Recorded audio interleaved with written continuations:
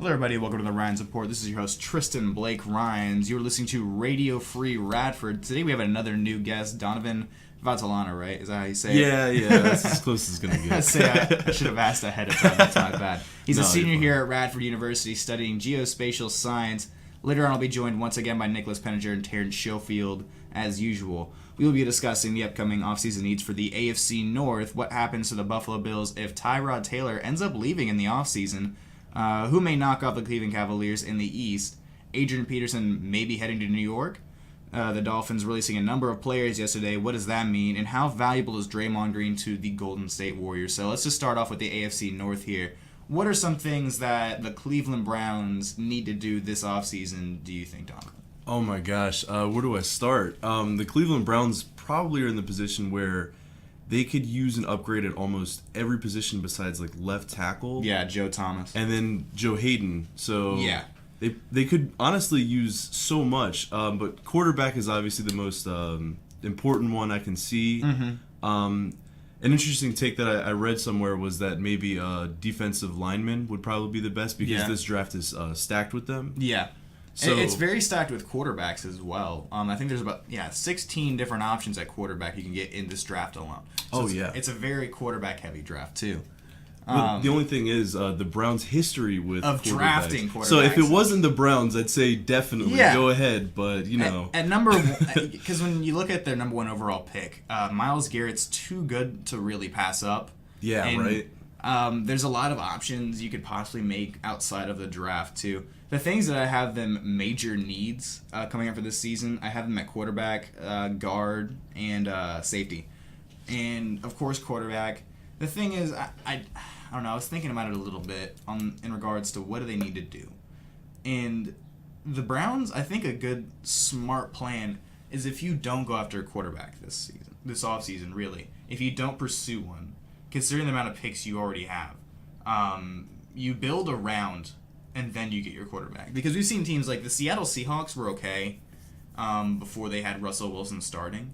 But he's more like that cherry on top of everything they already had. Oh, yeah. He's the product, especially if you can get a quarterback through the draft that doesn't cost you a lot of money on your salary. Mm-hmm. Then you can invest everywhere else and then put him in a system that he's comfortable in at that point. Yeah. And the Browns, it's tough to say because they have a horrifying history at quarterback. If I found any of these quarterbacks in the draft, I'm a little upset if I get drafted by Cleveland. I mean, getting drafted at all, of course, they're going to be, it's an honor, I just want to play football, like, that's the goal. But going to Cleveland as an offensive player, really, besides being Joe Thomas. Oh, yeah. At this point, like Terrell Pryor. Well, he's a free agent, isn't he? He's supposed to be. He says he wants to stay in Cleveland, so they're really working on a deal. He doesn't want to play under a franchise tag, though. Okay. So that's what he's made public. Well, I mean, most people don't want to play under a franchise. Of course not. Guys like Eric Berry don't want to play under a franchise tag. Kirk Cousins doesn't want to play under a franchise tag, but it happens every once in a while. I feel like the options they could probably pursue, Tyrod Taylor, of course, Jimmy Garoppolo, Tony Romo are both in the conversation, but Tyrod Taylor to me seems like if you're going after anybody in this offseason who probably won't cost you a whole lot and you might get a good amount of production out of, I feel like Tyrod's one of those guys you go after. Oh, definitely. I mean, he's from Tech, so we got to love him. Yeah. But, no, he seems like he's a great option. Granted, he's coming off of an injury. Yeah.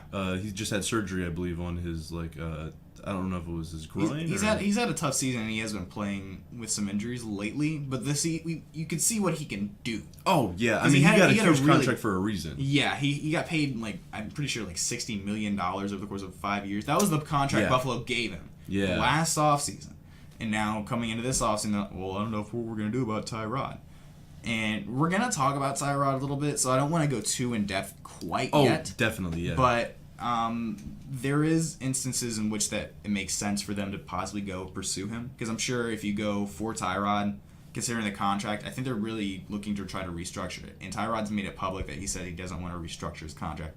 Because I feel like he just feels a little wrong in the sense of like, oh, you guys just give me all this money, now you guys want me to give it back. I mean, I don't necessarily blame him. If somebody comes to you and says, we want you for this much money, and you get a little, awestruck by it, and then suddenly they say, well, it's not going to work out unless we take some of that money back. I mean, obviously, unless you really love the city and the organization. But so far, the Buffalo Bills just seem like they might be in a little bit of a turmoil period. They're a little pedestrian, and considering they play in the same division as Tom Brady. Oh yeah, it makes it that much tougher. At least for the next 5 years. Yeah, probably. Yeah, hopefully. Exactly. But it's tough playing that division. And the thing is, players for Buffalo have had subpar coaching, in my opinion. Rex Ryan's a decent coach, not that great. The people he has on his staff, Rob Ryan, not that great defensively. They couldn't really do much this season notable, and they beat the Patriots when they had a third string quarterback. Yeah, you right. know what I mean, yeah. And I think that was the biggest win they had all season. I mean, that's kind of like the tale of the Buffalo Bills, though, is because they really finished. They're like the Patriots' younger brother in that division. Mm-hmm. Like they usually will finish about 7-9, 8-8, pretty much most years, but they can't really.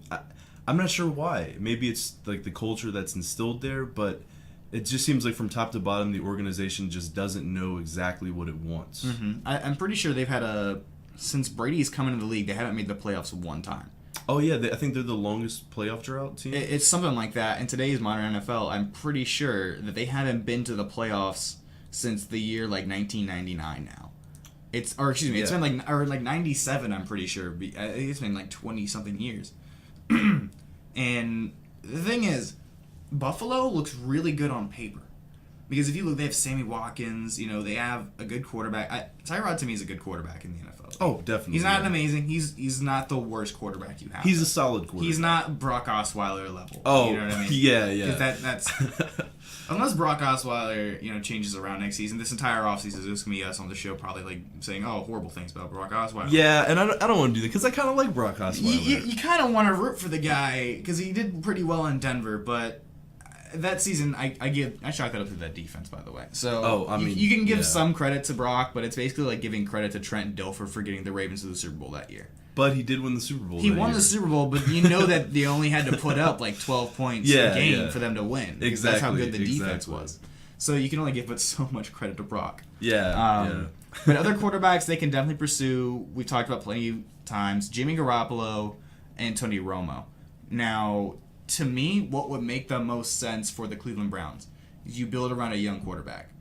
And Garoppolo, he's only had the official 3 starts, but we've also seen little things preseason-wise and in past seasons of him flashing a lot of potential. And it hurts for me as a Patriots fan to say, I want to trade Jimmy Garoppolo, because what we've seen is he has a lot of upside. Oh, definitely. I mean, he's been learning from Tom Brady, Bill Belichick, and then Josh McDaniels. Exactly, yeah. For how many years? It was 3 or 4 years? He's going into his 3rd or 4th season now. Yeah. And I think it makes sense for him to leave because there are guys like Aaron Rodgers, for instance. Edelman's been trying to push, the stock of Jimmy Garoppolo up, which is really nice of him, I suppose, to also help the Patriots organization, trying to get this trade done with Cleveland. Yeah. But Jimmy's been, in the murmurs of guys see a lot of potential in him, and similar to an Aaron Rodgers or Brett Favre, so to speak. I mean, and that's what I've heard a little bit around. All right. And I'm not saying that's factual. I'm not making that comparison. I got you. Yeah, I'm roughly quoting Julian Edelman. But basically along those lines, it's I see flashes of Rodgers and Favre in him, and I mean, when you watch the guy play, I mean, he has a lot of upside. Nobody thought that the Patriots were going to beat the Arizona Cardinals last season, the first week of the season. Oh, yeah. And then they came out, and Jimmy had a great performance and won the game by a couple points. Oh, yeah. No, he did really well. And it's unfortunate that he also got injured. Mm-hmm. When he did. When he did, exactly, right? Because it was his time to shine, and then it just seems like... Considering the way he was playing, the team could have probably went 4-0 during that 4-game stretch if he doesn't get injured. Right, exactly. I mean, they still did really well, don't get me wrong. Oh, yeah. 3-1 with your second string for 2 games, your third string for 2 games. Is a huge deal. And wait, who was the third string again? Jacoby Brissett. He was a rookie. That's right. Yeah, I remember now. Yeah, no, he did actually really well when he... surprisingly, I think I think everybody panicked a little bit when Garoppolo went down. But... I honestly, as a Patriots fan, I did panic a lot. And when we went against the Texans, I did not see us blowing them out, which I give some credit to the defense, but you're also playing the Texans. So yeah, exactly. Right. But I give them credit because I do the defense was really good that season. Brissett rushed for a touchdown, and I think every other touchdown was like LeGarrette Blount. Yeah, I mean, if you look at the Texans' defensive rating, I think they were considered number 1 in the league for a number of weeks. So, I mean, that has I think they finished the number 1 in the league. I think that speaks volumes to the Patriots as the team that year. Yeah. I mean, obviously they won the Super Bowl. But in the 4-game stretch they had, it was exactly. It was obviously different for Patriots fans to not see Brady out there. Yeah. And I had faith in Garoppolo.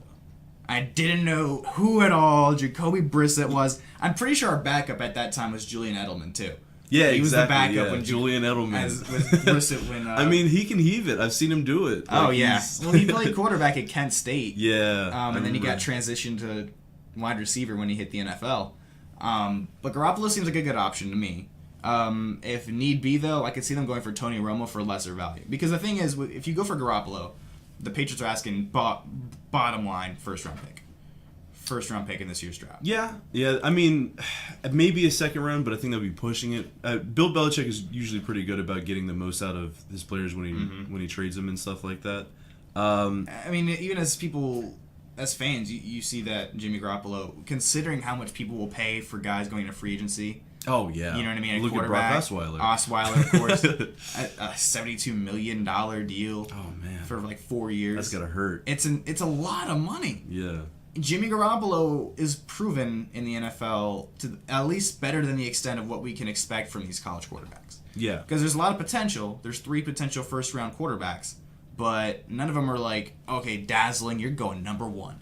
You know what I mean? Yeah. I mean, if you look at it, I mean, you can get somebody like Dak Prescott. And I know he's an anomaly, but you can get a really good quarterback at such a low level. I mean, even Tom Brady was drafted. Yeah, in 6th round. 6th round, exactly. But you look at all these number 1 first-round picks, a lot of them, I'm not saying they're not great, but some of them leave you wanting. Let's put it that way. There are the occasional Jamarcus Russell or Ryan Leafs. Well, I don't mean like just complete bust. I mean like. But when it comes to Cleveland, what we're talking about here is that they've had a history of going high with the quarterbacks. True, very true. And they bust. And I throw Deshaun Watson into this quarterback conversation because I feel like they're going to take. It's smart to take Myles Garrett at 1, and then Deshaun seems like he'd be there at 12. Yeah, I think he probably will fall that low unless somebody really values him a lot higher than I think most people do. But honestly, in my opinion, I think they should focus on other things because, like I said, they have a history of making poor decisions with quarterbacks in the first round, and I think it's best to just avoid it and try to go for more of a proven thing in free agency than to focus on an if while as opposed to you could be focusing on other positions that maybe you need to address, which if it's the Cleveland Browns, I mean, they got a laundry list of things they need to address. The quarterback, guard, and safety position are just like the things that I just picked out of a hat, almost. Oh, yeah, because exactly. They're hurting at almost every position. The thing is, they also have a lot of young potential with Cleveland. They have some good young potential. Oh, yeah. They have Irving on the offensive line, who ended up playing right tackle at one point. Did pretty well at the end of the season. Danny Shelton's pretty good in the defensive interior. But outside of those two, like Joe Hayden is pretty solid at corner. They thought about trading him last season, though. I mean, if it speaks, you can't blame him. If that says anything. I mean, but if you have such a good player, because they have 2 really good players at their positions. Joe Thomas is the standard when it comes to left tackle. Oh, definitely. I mean, any team is immediately better when you have Joe Thomas on your team. Yeah. I think that he's the reason they got the 1 win last season. Oh yeah, no, he might as well have carried the ball. Thomas. Exactly. Put him in fullback. Yeah. No, the thing about the Browns though is that they have 2 of the best players at their positions. It's almost like you want to trade those top heavy assets to get to spread your team's talent around a little bit and maybe build for the future, because those guys are going to get tired of losing eventually, I think. Yeah. Because I feel like of all the players on that team who really do deserve a ring, it'd be Joe Thomas at this point. Oh yeah, I mean he's too. I mean, to be on a terrible Browns team for so long, and he knows it. Oh yeah, He's not gonna hide behind it. You know what I mean? He's the captain of that team. Yeah, he really is. Anybody that goes 1-16 or 1-15 knows it. Yeah. They know what they're going. And the through. fans know it. I mean, we look at Cleveland as that total dumpster fire, and then we're like, oh yeah, Alabama could beat Cleveland. You know what I mean? I wouldn't say that. I honestly a little like stretch to say they'd probably beat Cleveland right now. I mean, it depends on who's quarterbacking for them. I mean, we've seen that they can do it with just about anybody at quarterback. Yeah. Alabama, if they can read a playbook and Nick Saban can coach them, they're going to win games. We're talking about two different levels, two different tiers. And that's a discussion that's happened before, too, where it's like, oh, man, it's college. You can't really compare. The Cleveland Browns are that bad, man. I'm not. Don't get me wrong. I'm not saying they're bad, but they're also grown men. Like, I'm not saying, like... Which is where it comes into like it's like the potential of Alabama exceeds the Cleveland Browns so much, but the Cleveland Browns and I feel bad for Cleveland fans because right now it's just. I mean, you know how much money they were selling tickets for at one point during the season? No, I don't actually. They were like $12 for oh my gosh! I I would go to a Cleveland Browns game because there's another team that's playing. Exactly. Like even if they're like the nosebleed seats, you know what I mean? Like, oh, I went to the game last week. Oh, how much of a train was it? Oh, well, Odell Beckham scored like 3 touchdowns. Yeah, so, exactly. Or you can at least put it on Snapchat. That's at least Snapchat worthy. Oh, I'm at the Browns game. You know what I mean?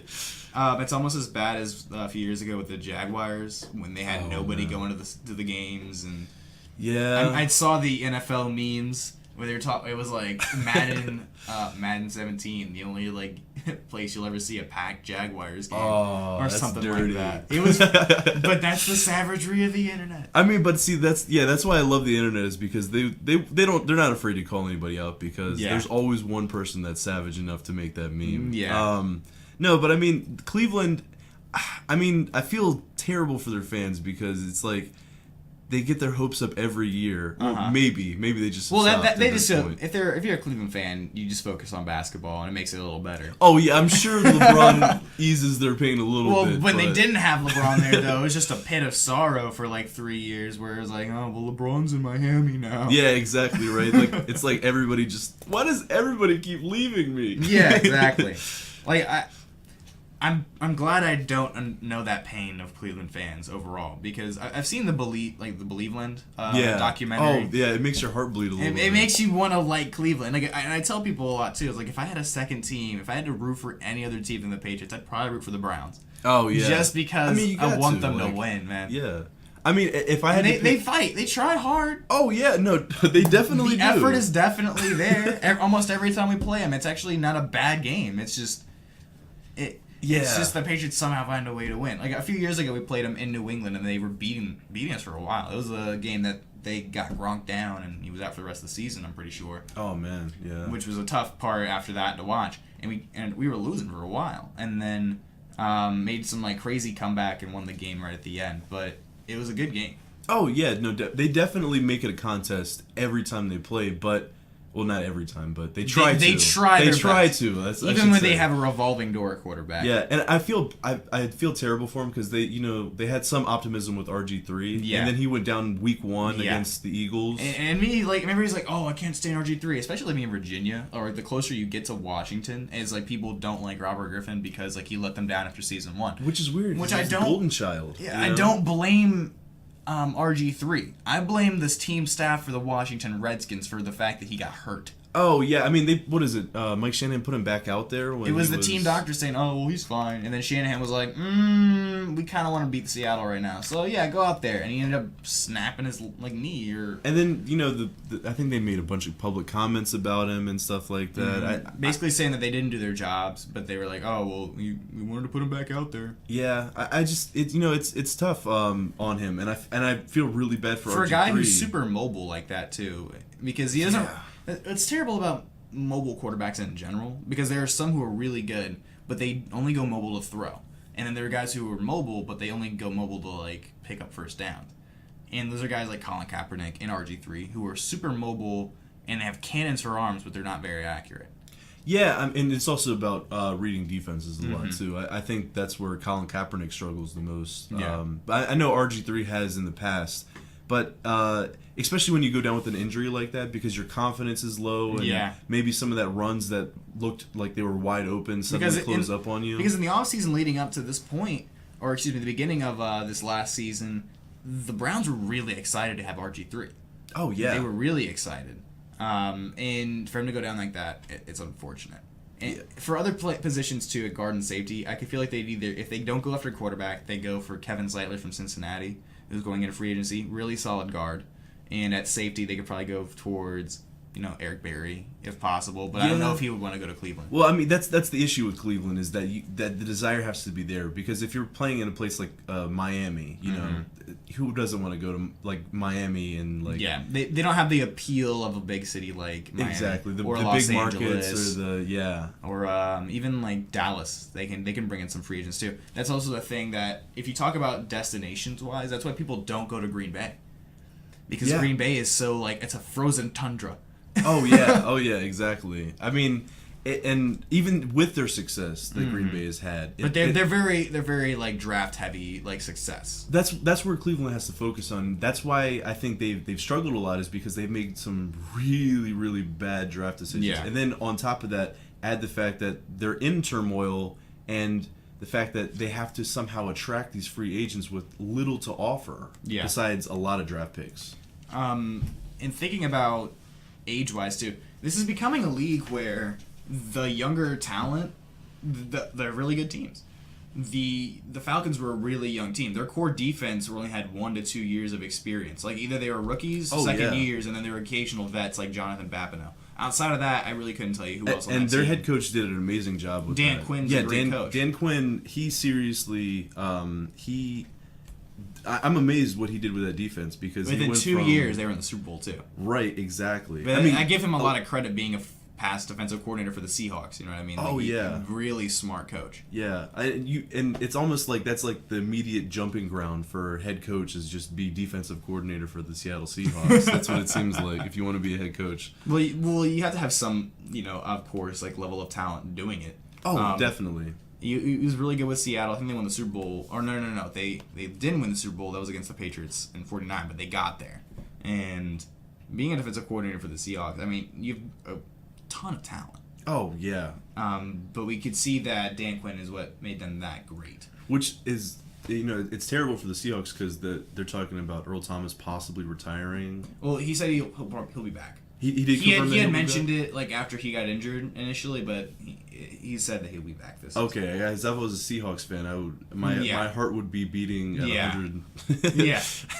Outside of Cleveland that we just talked about for the last 20 minutes, there are other teams in the division who need help as well. The Baltimore Ravens, their priorities for this offseason, they need to re-sign C.J. Mosley, because it's really tough to find really solid linebackers in this league. Oh, definitely. Replacing Steve Smith and making cap space. Now, guys who could be on the chopping block, this is via ESPN.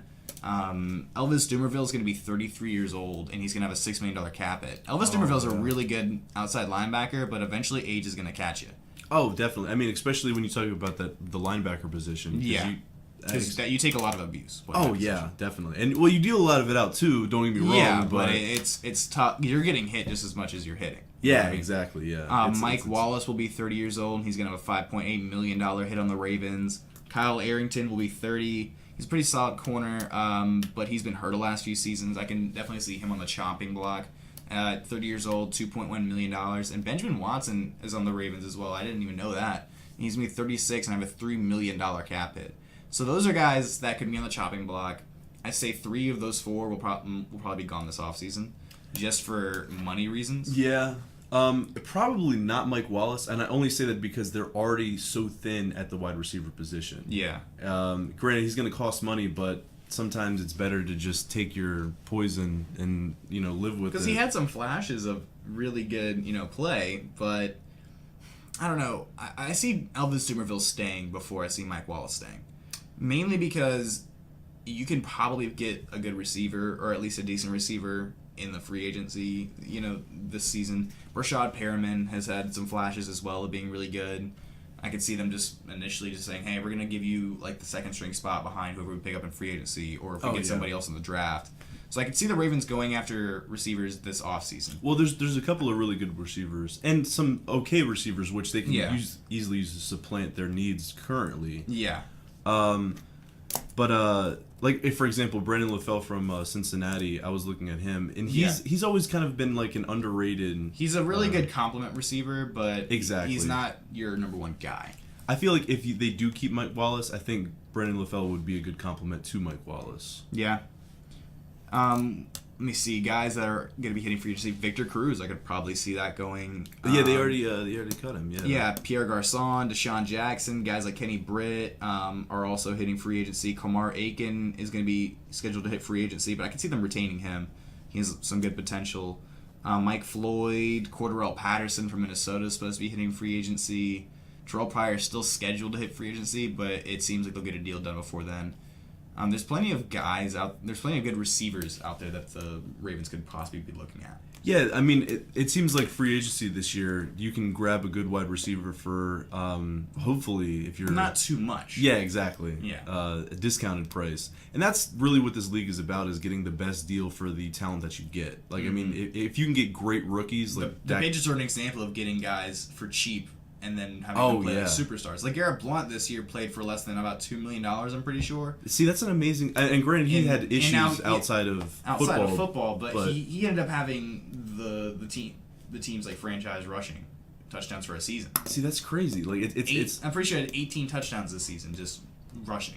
And he had over 1,000 yards carrying, too. Well, it almost seems like in any time you stick anybody in Bill Belichick's system, they immediately can do well. I mean, look at James White. Do their job. Yeah, like, and it's funny because like they'll have so much success, and anybody else will be like, "We're riding the hot hand," but Bill Belichick will just say, "No, this guy's still the starter. You're nothing." Like he'll just take you out, and you'll never see him again for the rest of the season. Oh, so so what do we got in free agency? We got some lacrosse players. We got some guys with off the field issues. Okay, well I'll take them and beat everybody else. Yeah, exactly right. I think it just comes down to coaching at that point. So we'll move on from the Ravens to the Cincinnati Bengals. I feel like they need to retain Andrew Whitworth, their left tackle. Try to contain and keep Kevin Zeitler. He's a really solid guard, like I was talking about earlier. And chase down players that'll make the defense a little more scary. Give Andy Dalton insurance at wide receiver. Yeah. So defensively, I feel like somebody they could probably go after, get really cheap. Charles Johnson from Carolina. He's going to be hitting free agency, and he complements Geno Atkins and Carlos Dunlap really well, I feel like, because you get a decent edge rusher as well, opposite of Dunlap, and it becomes a little more of like, okay, we got to focus a little more on both sides. Re-signing Drake Kirkpatrick would be a good idea. And then at wide receiver, you could go after guys for insurance at wide receiver because, Tyler Eifert didn't play most of this season, and A.J. Green wasn't very healthy the entire season either. So Dalton was just thrown to Brandon LaFell, and that was basically, I can't really tell you anybody else really. Yeah, exactly right. It's I mean they have to focus on that. I think the entire AFC North needs to focus on wide receivers. I think they could probably go after one in the draft too, the Bengals. Oh yeah, definitely. But I think, like you said, they need some sort of pass rush. I mean, that's obvious.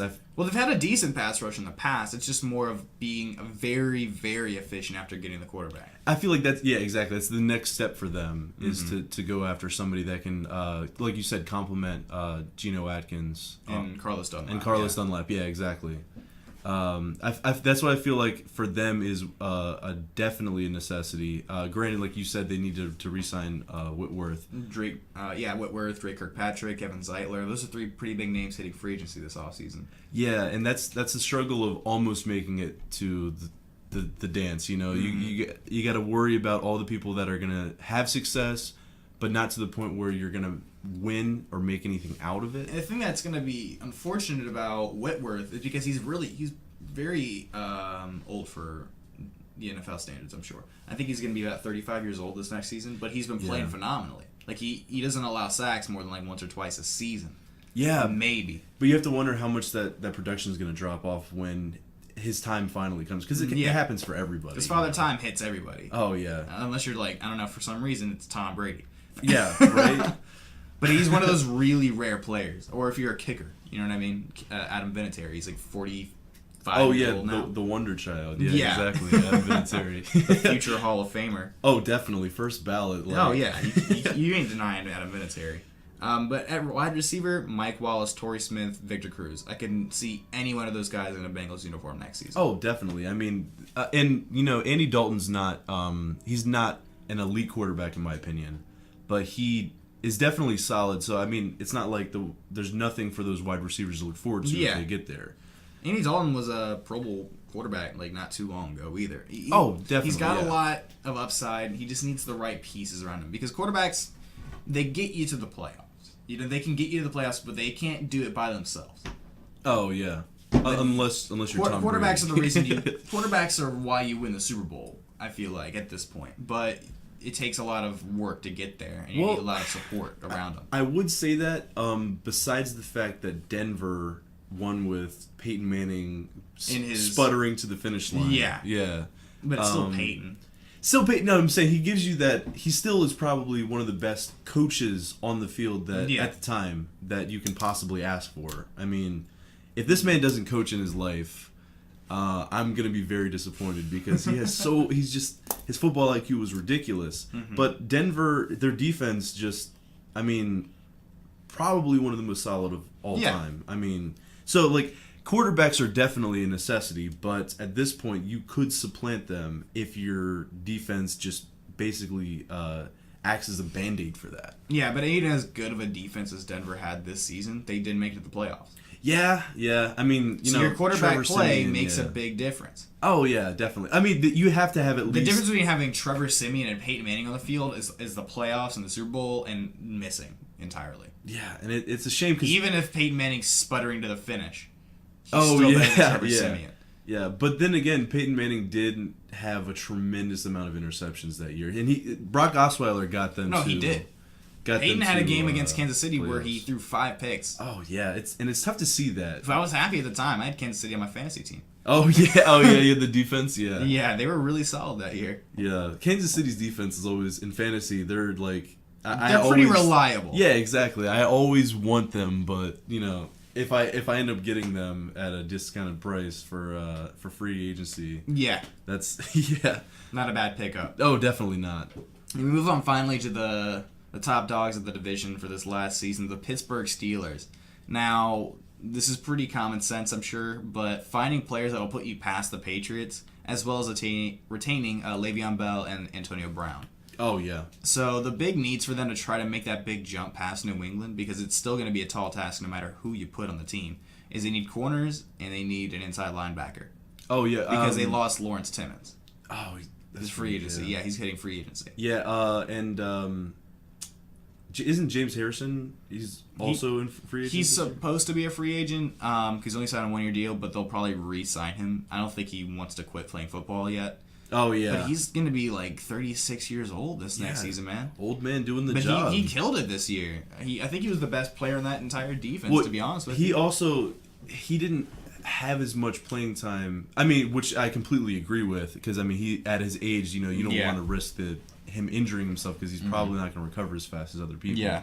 I think definitely that needs to be a focus in the draft, is to get some young talent at the linebacker position for them. I think Marcus Wheaton is a free agent for them, their wide receiver. I believe so. Yeah, and but they're getting Martavis Bryant back, but he's had a lot of off the field issues. So I think wide receiver and inside linebacker are probably going to be the areas that they definitely need to focus on in this offseason, whether it be through the draft or through they're going to try to retain Antonio Brown. And Antonio Brown, at any given moment, could pop top off your defense. Oh, yeah, exactly. Definitely top 3 wide receivers in the league, in my opinion. This year, it was really a Julio Jones kind of league. But yeah. He had a monster year. Yeah, I would say it's tough to avoid that. Going into the free agency, though, I'd say an inside linebacker that would make sense for the Pittsburgh Steelers is probably Malcolm Smith, because he'll be hitting free agency from Oakland, and he's young, he's pretty fast, and he's really good in coverage. Not much of a downhill, hit you, run stopper, but he's really good in coverage and can cover your tight ends a little bit better than what you already had there. Oh, yeah, and if anybody can get the most out of you, it's Mike Tomlin. Yeah. I think Mike Tomlin. He's a good coach. I'm not going to say Tomlin's an elite coach, though. he's not because he can't get over the hill of good teams. Because the Patriots for the last, Patriots, Broncos, I'll give them credit to the sense of like of the 3 quarterback like monsters that have led the AFC. There's only been 2 other quarterbacks since Brady won his first Super Bowl to make it to the Super Bowl, which was Joe Flacco and Rich Gannon for the Oakland Raiders. So if you think about it like that, Roethlisberger, he'll be coming back this season. He's not retiring. There's no point for him to retire yet, but you need him to play great. You need to have him good pieces. You need to change how you're playing the offense, though. You can't keep throwing it deep because that's the reason he gets hurt. Yeah, because you gotta get the ball out a little bit faster. I think Todd Haley is gonna that's something to consider for him. Yeah.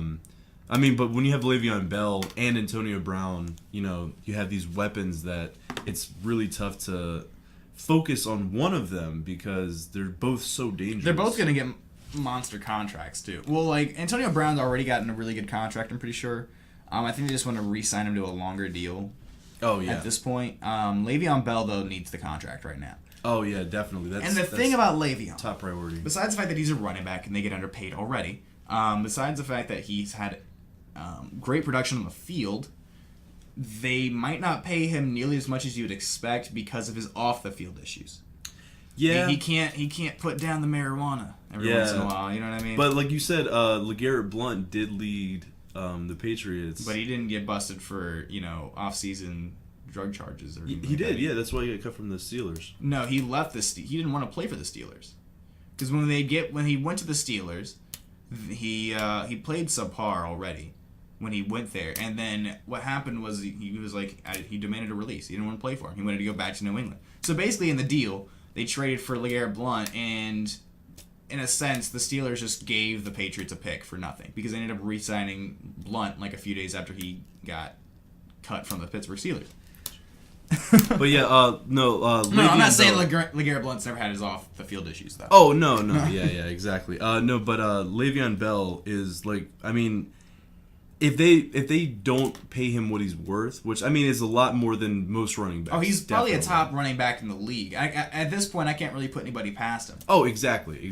I can't really, nobody really pops off. I mean, maybe Ezekiel Elliott, but he still needs more time. That's all I'm saying. Oh, yeah, exactly. I mean, one season it's really this tough last season, he had a great year, but second year, the sophomore slump, as it's called in the NFL, makes a big difference because now defensive coordinators have a chance to look at Dak Prescott. They have a chance to look at Ezekiel Elliott. Try to find some weaknesses. Ezekiel Elliott may not have that many because the offensive line is tremendous. Oh, yeah. I mean, you can put anybody behind that offensive line. I can run behind that offensive line. I'd probably get at least 3 yards of carry. Hey, look, Dallas Cowboys, I know I'm an Eagles fan, but if you sign me, I promise I will get at least 1 yard per carry. I promise. And there's Donovan, and he stumbles out of the backfield. Yeah, exactly. No, and it's a fumble. Yeah. Look, he's hobbling. Look at him go. Wow. Okay. All right, he stopped. Oh, no. Is that his femur sticking out? I feel like I might have the most tackles on the team just of myself. Yeah, just tripping down. Myself. Yeah. Now, you would see guys like, you would see Brandon Graham coming around or like Fletcher Cox. You're just like, no, I'm sliding. Yeah. I feel like I would get a really good Head and Shoulders endorsement though, since Troy Polamalu retired. Oh, you definitely got the hair for it. Yeah. You got to beat out Clay Matthews for that one, though. Oh, yeah, exactly right. And the final thing that they could probably do for the Pittsburgh Steelers is probably go after Sam Shields. I like Sam Shields out of Green Bay. He's been a little injury prone the last few seasons, but they need that veteran presence in the secondary to me. Because Mitchell, the safety, was really good, but outside of that, their corner play was very subpar, which is why they can't beat the Patriots. Yeah, it's kind of unfair to talk about not being able to beat the Patriots because they just have such a good system going on. They're a great franchise. Even as an analyst, you look at the Patriots and you understand how tough it is. Oh yeah, to beat them. Oh yeah. But it's not impossible. It's really not. Oh yeah, no, you just have to be an amazing defense. You have to play great, but exactly. It's not impossible to beat them. And people just don't. It's not even an intimidation thing. The Steelers just talk a lot, though. I think that's what also makes them suffer. Yeah, I mean, well, you look at Antonio Brown's issue that he had with the Facebook Live post. But I mean, I feel like the Steelers definitely, if anybody can challenge the Patriots on a year-to-year basis, it would have to be the Steelers. It would have to be either the Steelers or the Broncos, possibly the Broncos if they get some sort of quarterback decent play, and whatever that means as far as getting in free agency or drafting, I have no idea. Like I've said before too, I think that Tony Romo's probably the best pickup for the Broncos, because if they can get him for a good pick, it makes the most sense. Yeah. The offensive line isn't terrible. But it's just a matter of glass bones and paper skin for Tony Romo at that point. So yeah, I mean, and they just won the Super Bowl, so it's so tough to avoid even thinking about going to the Broncos. I mean, like they're a destination spot for any quarterback that's popping up this year, and I think that if they can get a good quarterback for not as expensive as a lot of quarterbacks will be demanding this year. Mm-hmm. I think that they could go deep in the playoffs again, or just make it back to the playoffs. Yeah, because right now it's just more we got to get back. Yeah, exactly. Right. The defense is still there, but they just got to get back. That's all. Well, so I'll let you make your final point. Then we're gonna move on to the next subject, though, because we've been talking about this whole division. Oh yeah, exactly right. I mean, there's so many needs in the AFC North because right now they're. Yeah. I mean, if you look at Baltimore losing Zach Orr, who's such even when you develop young talent and that goes away, I think that can be killer sometimes. Mm-hmm. Well, I don't know. What I'm basically gonna be trying to do until the new league year starts and free agency opens up is we're gonna be talking about each division individually and trying to figure out what do each teams need. So it will probably take up a good amount of time, but that's the whole point. yeah, definitely, exactly. And now we're going to get on to Tyrod Taylor possibly leaving Buffalo. What does that mean for the organization? Honestly, I feel like it'd be a dumb move right now to do that. Yeah, I mean, you owe him so much money, so it's just a product of the contract that you gave him. Yeah, because the only way he's leaving is if you trade him. Yeah, and I don't really see any, like I said, I don't see any quarterbacks really popping up in my mind that would be great replacements for him. Well, they have Cardale Jones, but he hasn't done nearly enough to impress me. Oh, yeah, no. I mean, I wouldn't put all my stock in Cardale Jones if I was the Buffalo Bills. I mean, we've seen the potential he has in college and whatnot, but I'm not saying he's ready for the NFL yet. Oh, yeah. I think definitely. I mean, granted, they know more about him than we do, but of course, with Cardale Jones, I mean, he doesn't have a tremendous amount of experience, and I haven't really seen any flashes of greatness from him. Because before Tyrod was even the starter there, he was the backup in Baltimore for a number of years. Oh, yeah. So he's at least been in the league, before he'd even started a game. Yeah, exactly. Yeah, he at least had time to sit back and watch the game. Mm-hmm. I think learn from Joe Flacco. Well, yeah, Joe Flacco. He's not a bad quarterback. He's about average in the league. Yeah, at least something. Exactly. The guy won the Super Bowl. So. Oh no, definitely. Anybody that wins the Super Bowl is at least average. At least. I mean, Trent Dilfer. I would put Joe Flacco over top of Trent Dilfer. Don't get me wrong. Yeah. But Trent Dilfer is like one of those occasional exceptions where it's like, Trent Dilfer won the Super Bowl. Like you look back at it, but he earned it. You know what I mean? Oh yeah, you can't take it away from guys who get the ring. I will never try to take it away from them. They definitely did something right. Let's put it that way. Yeah, and I'm pretty sure Tyrod has one for being the backup for Joe Flacco. Yeah, right. So at least he has some jewelry. A little bit, you know what I mean? Like I was saying earlier, I think it's more of a thing with Tyrod. Is like, would they release him? I feel like they know because he has great ability, but it comes down to poor coaching from Buffalo. Yeah, I mean, they got rid of Rex Ryan, right? I'm pretty sure he's gone. Yeah. Yeah. I mean, that's just. I don't even know where to start with that. Rex is obviously a really big defensive guy, but he hasn't had a coordinator on the offense to impress you.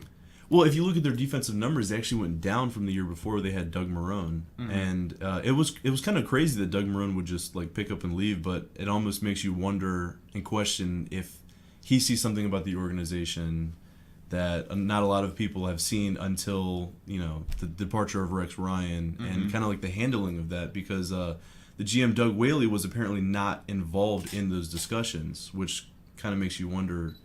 Why even give somebody the title of GM if you're not going to let them do the GM's duties? Yeah, exactly. Would they trade Tyrod?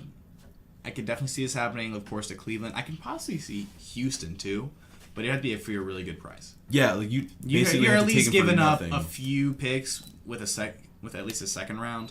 and a collection of other ones, or are you giving up a first-round pick for the guy? Because quarterbacks are so hard to come by in the NFL that are efficient and really good. Oh, yeah. I mean, he has a high ceiling, but his salary is just, it's ridiculous. It's ridiculous. Yeah, exactly. For like a 5-year, I think it's like, was it 5 year? I'm pretty sure it's like $60-something+ million. Yeah. I mean, granted, like, getting that man under contract is a good idea. For quarterbacks, that's not even that bad of a contract, but it's still a lot of money regardless. Because that does take up your cap space. Because, Houston's going to try to shop. If it's a deal between them and Houston, like, oh, you guys want Brock Osweiler? Oh, man. To go from Tyrod Taylor to Brock Osweiler that's fast. A huge step down. Yeah, exactly, right? But for Houston, it'd be a step up.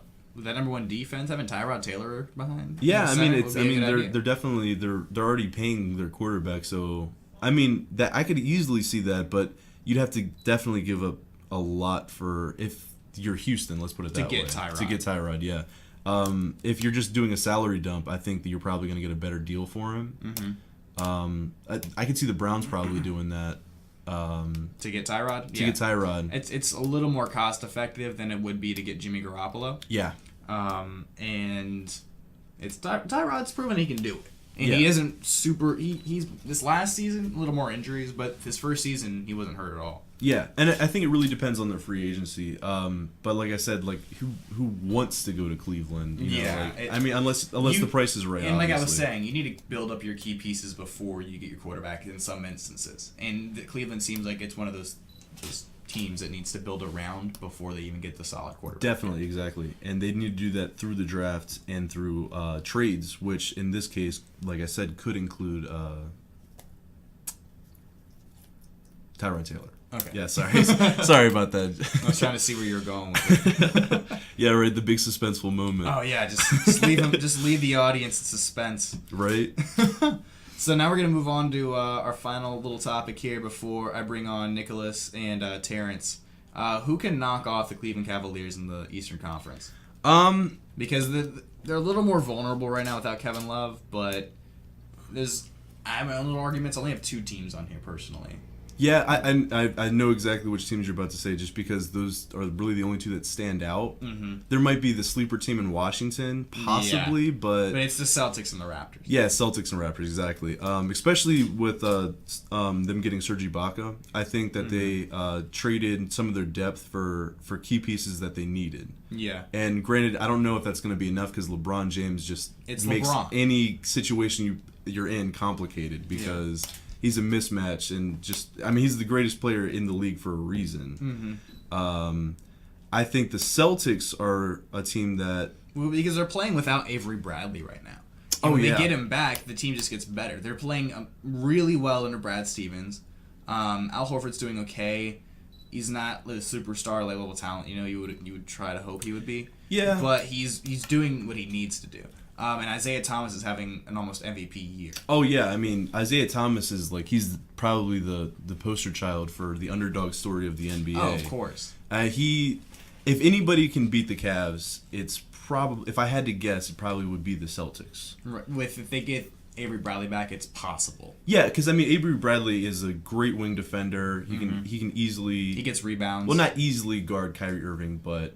if anybody can do it, he gives you a better chance to guard. Oh yeah, exactly. Yeah. Definitely, their guard play, in my opinion, matches up against Cleveland's a lot better because Cleveland, J.R. Smith is still coming back from injury, and other than that, you got Shumpert and DeAndre Liggins, and I'm not saying that Cleveland's not in a position that they're the favorites, but you can see that they do have some gaps in their team, which if you're playing against the Golden State Warriors... they're going to tear you apart. Oh, yeah, exactly. But in the East, obviously the biggest knock on the teams is that they don't have finals experience, except Serge Ibaka. Serge Ibaka is really the main person I can think of. Because he was with the Thunder at one point. He was with the Thunder, so he has some experience going against LeBron in the finals in those big games. Granted, DeMar DeRozan and Kyle Lowry also do, but it makes you wonder how much his veteran experience will add to that team. Because you can't measure veteran experience, That's That's not something that you can put in the stats. And adding Serge Ibaka to the Raptors, it just boosts your defense even more because Serge Ibaka is a block machine. Oh yeah, Serge Ibaka, exactly. Yeah, exactly.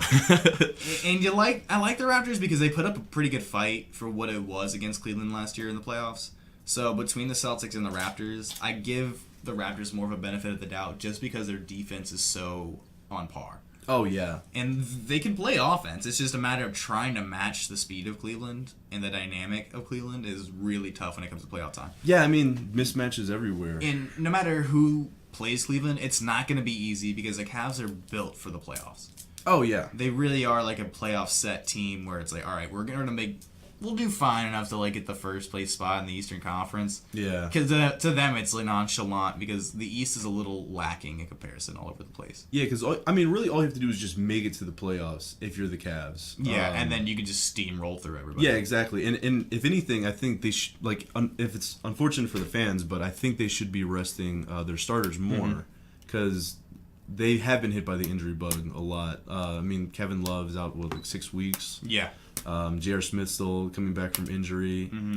I mean, I think that it would be wise for them to just focus on basically, one, trying to find some chemistry without Kevin Love. Because, I mean, he's putting up, 20 Well, they seem like they would games. be fine without Kevin Love, considering they didn't have him for the finals.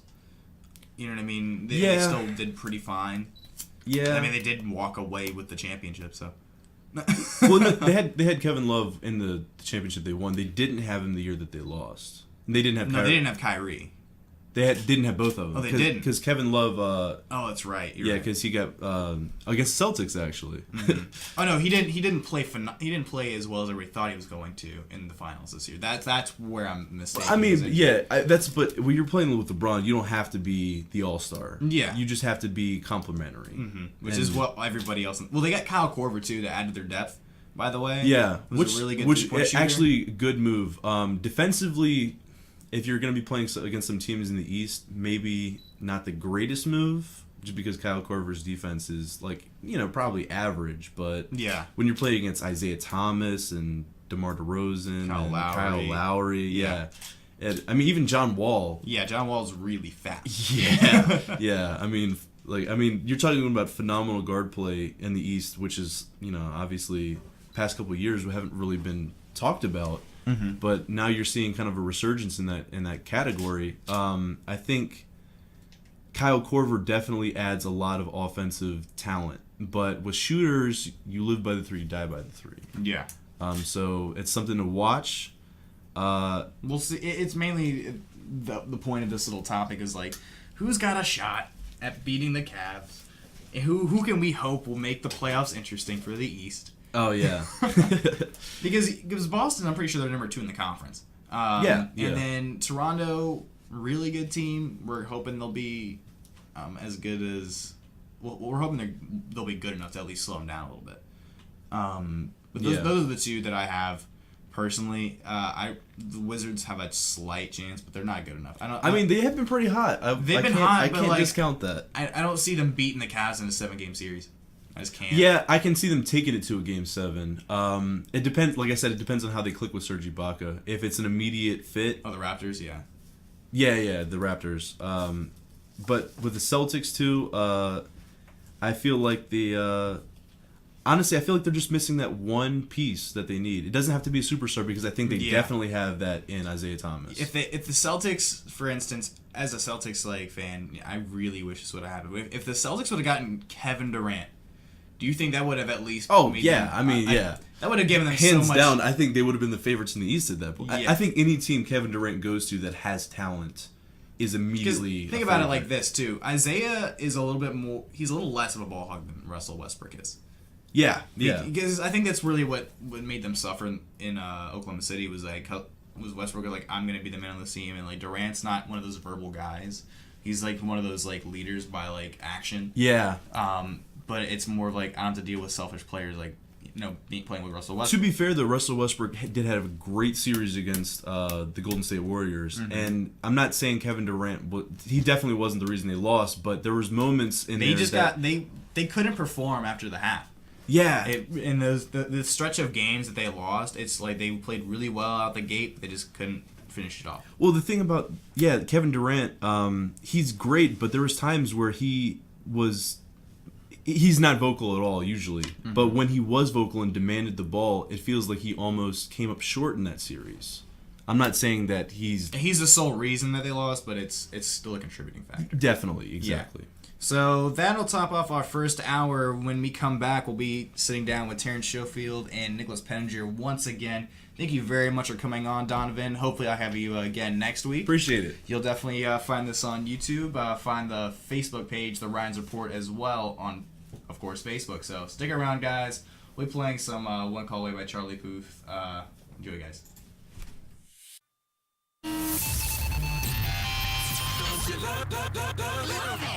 Your new favorite station. You like it, I love it. You like it, I love it. This is your man, Flo Rida. All the hits. The New River Valley's hit station. RFR. Radio Free Radford. Yeah, I see him saying that. Oh, hello, everybody. Welcome back to the Rines Report. This is your host, Tristan Blake Rines. Back here with Terrance Shoefield and Nicholas Penninger. They're really excited. You guys can hear them right off the bat. Go really fat and slow, huh? And we're going to be talking about Adrian Peterson possibly going to the New York Giants. On Twitter, he posted basically a curious tweet, pretty much. It was like the Giants would make some interesting moves. And people have been possibly linking him to going to the Giants a little bit. But what do you guys think about if he goes to the Giants? He looked dope in that jersey. Oh, man. If he goes to the Giants, that's what the Giants need is a running game. And what they really need is an offensive line. Oh, yeah. They released Rashad Jennings, too. Yeah, they did. So, I mean, hey, Adrian Peterson, that's a big upgrade. Even though he's older, he's still a very... He's the GOAT. Yeah, there you go. I mean, he gives you balance that you need to move the ball effectively, but he doesn't mean a whole lot with a bad offensive line. Because if you can't, how good is the Vikings' offensive line? Yeah, the Vikings' offensive line is really good in run. It's pretty good. Yeah, their pass blocking is not bad either, but they're really good at running the ball. Yeah, obviously, but going from a really good running offensive line, I'm not saying that the Dallas Cowboys' offensive line, but they're not bad. He'll be less effective. Yes, but he's still Adrian Peterson. It's still Adrian Peterson, former NFL MVP, and he hasn't really gotten worse. I mean, he's not. He's just been in. I mean, he got hurt this last season. Yeah, but he has. I mean, when he actually is playing, he Yeah. hasn't really gotten worse. So like he's been playing he's still pretty sketchy to go up against. I mean, even with no offensive line, you still have to worry about Adrian Peterson. He's one of those dudes. Even if you get tacklers, he's AP. It don't mean you're bringing him down. It don't mean it looked like he was gonna have a pretty bad year last season though. In the 2 games he did play, I think the first game he had 26 total yards. And then the second game before he got hurt, he really didn't have much of anything either. Matt Ryan also looked like he was gonna have a bad year. When in reality he did. But he had he had a great year. He had a great year. But he didn't win. But he also didn't get hurt in week 2. No, I'm saying the stats wise, I mean, we don't know. We don't know what Adrian Peterson's season would have been like. I'm sure it would have been over 1,000 yards. It would have been he probably wouldn't have averaged eight a rush, which he usually does. Something ridiculous. He's crazy. A beast. But if he went to the Giants, I'm just thinking of the potential of what that could possibly be, and I feel like it'd be ridiculous. Is he a free agent? Yeah. Oh no, he'd be traded. Oh, okay. But I think the Vikings are kind of getting ready to move on from him. The dude's past his 30. He's past 30 years old. Don't they still have what's his name too? Not Asiata. Yeah, he's still there. And they have someone else, don't they? They have 2 solid backups. Yeah, they're pretty good. They're really good complementing each other. Mm-hmm. I can't remember if the guy's name escapes me right now, but I don't know. It was one dude a couple years ago that the Vikings had that was running real good. It was Asiata. No, it wasn't him. Because once he came from down, Jerick McKinnon, I'm pretty sure, or something like that. I can't remember his name. But you know him, I know who you're talking about. He was short, stocky. He's a 3rd string running back. You're not supposed to remember his name. Yeah, true statement. It's like a 2nd string tight end. But he wasn't bad. Oh, you said a 3rd string tight end? Yeah. Yeah, nobody knows who the 3rd string tight ends are. Tight end. Nobody knew who Matt Langle was. People barely know who C.J. Fedorowicz is, and he had a pretty good year. Yeah. Especially for being on such a crappy team. Who Luke Stocker for Tampa Bay had a pretty good season, too. There's a couple pretty good tight ends. You just don't ever hear about them. Mm-hmm. I'm trying to think, who would be really good. Eddie Lacy's hitting free agency. Yeah, but Eddie Lacy...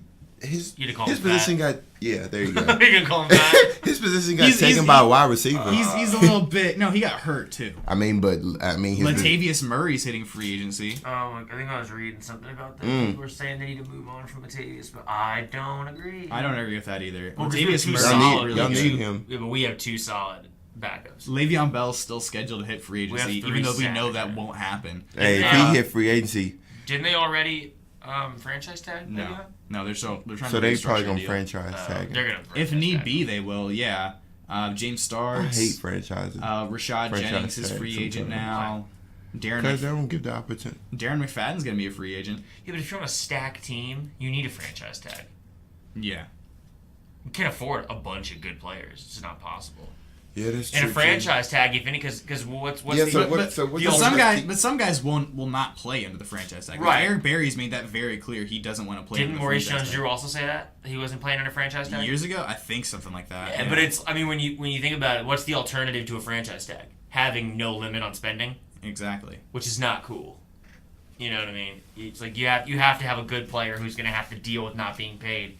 And it also gives things time to develop. Which, speaking of free agents, Eric Berry, I'm sure you're really seething. He's so good. I bet you're hoping you guys snag him. He's so good. Man, that's crazy. He's one of those dudes. So like, there's nothing about Eric Berry I don't like. Yeah. He's fast. I mean, he's so good.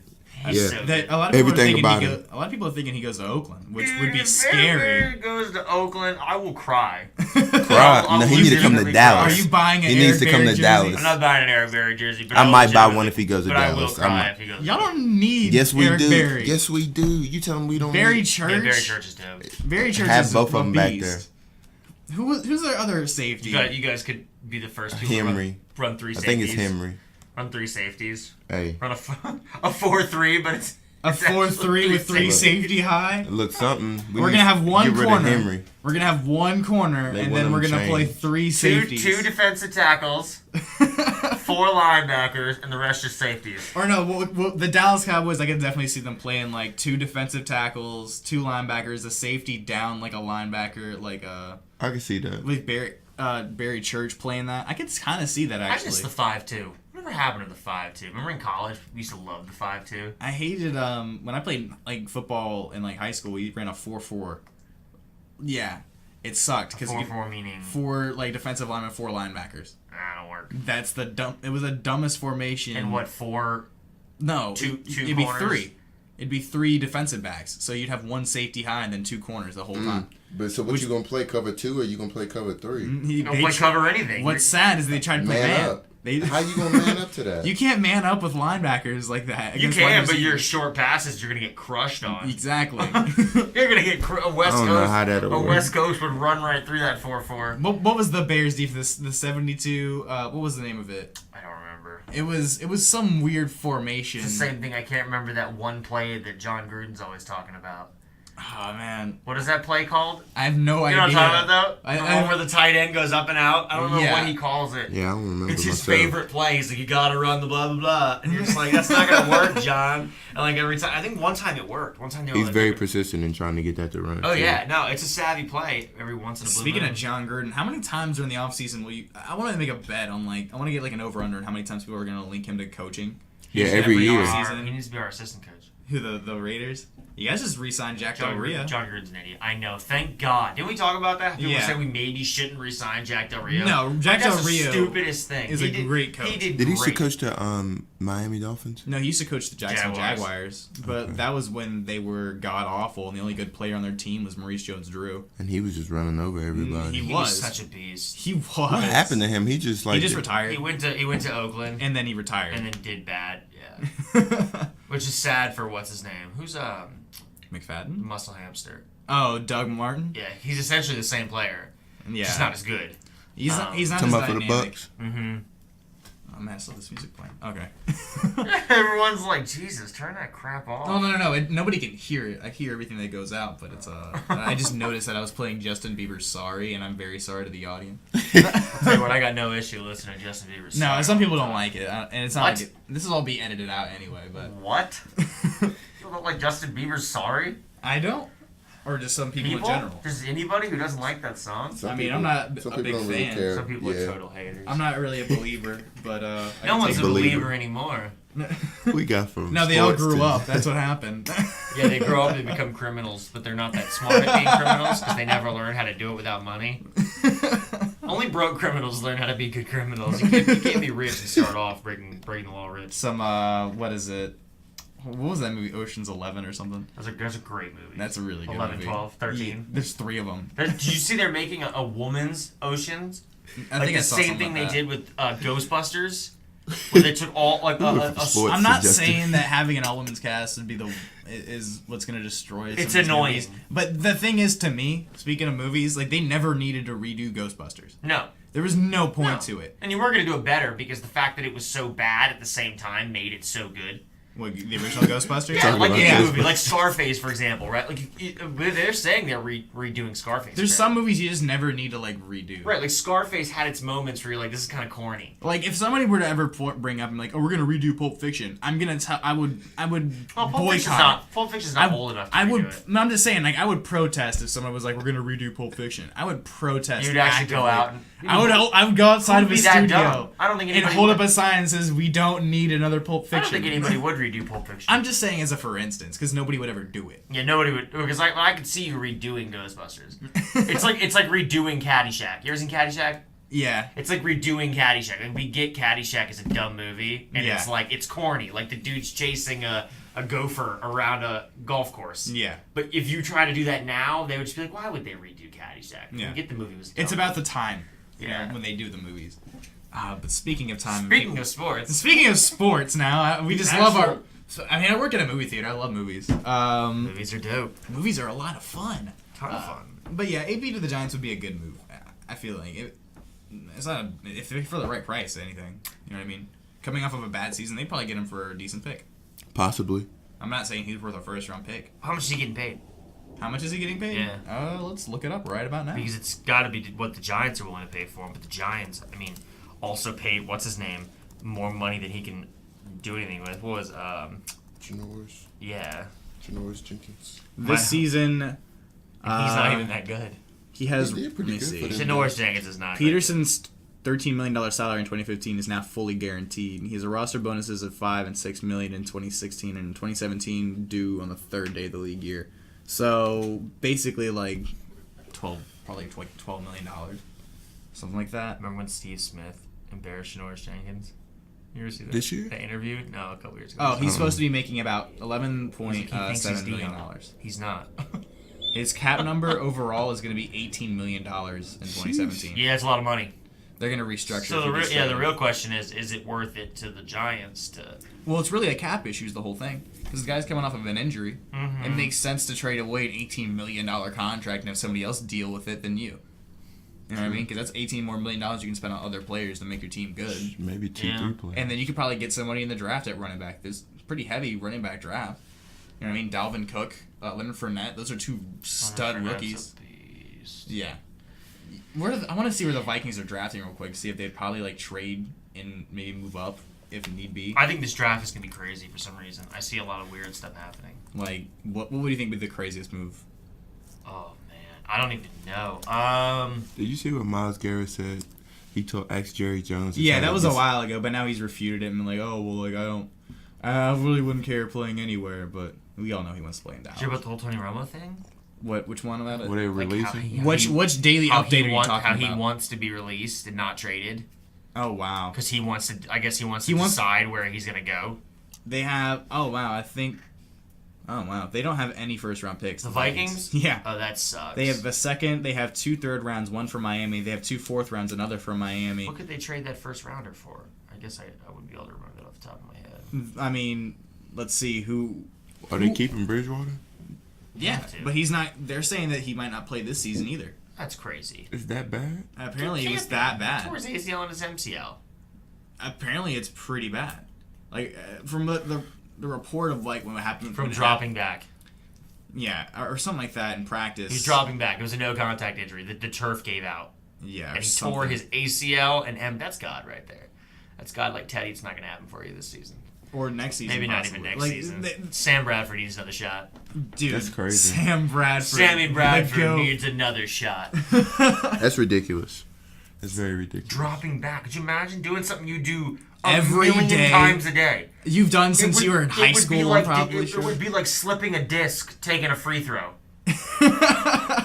Which is, which is something like Like, dang. Greg Oden would do. Oh my Which goodness. is super sad. Dude, Kwame Brown is the GOAT. Kwame's injured all the time. Kwame's brain is injured. That's his issue. He's just got a doof brain. What about Alden Smith? Alden Smith. What is it? Did he get denied again? He's getting an assault charge. And he's supposed to be reinstated. Goodness. Oh yeah, that's right. He was supposed to be reinstated, assault charge, and then he's supposed to they're gonna have something else happen to him. So what they need to do to Alden Smith is the same thing they need to Des Bryant. They just need to lock him down with contract. Yeah, just keep him in a place where nobody gets near him. Let him know we're gonna pay you. Yeah, but you're gonna have to stop this shenanigans. I think I remember when you were really excited. He's like, dude, Alden Smith might be back in week 10 or something. And they said that was the original suspension. Was supposed to be a 10-week suspension. And then they said they were gonna reinstate him in March. Yeah. And then, for what we got Alden Smith for, because he's still good. When he played for us, he was still effective. Y'all got him for cheap. Mm-hmm.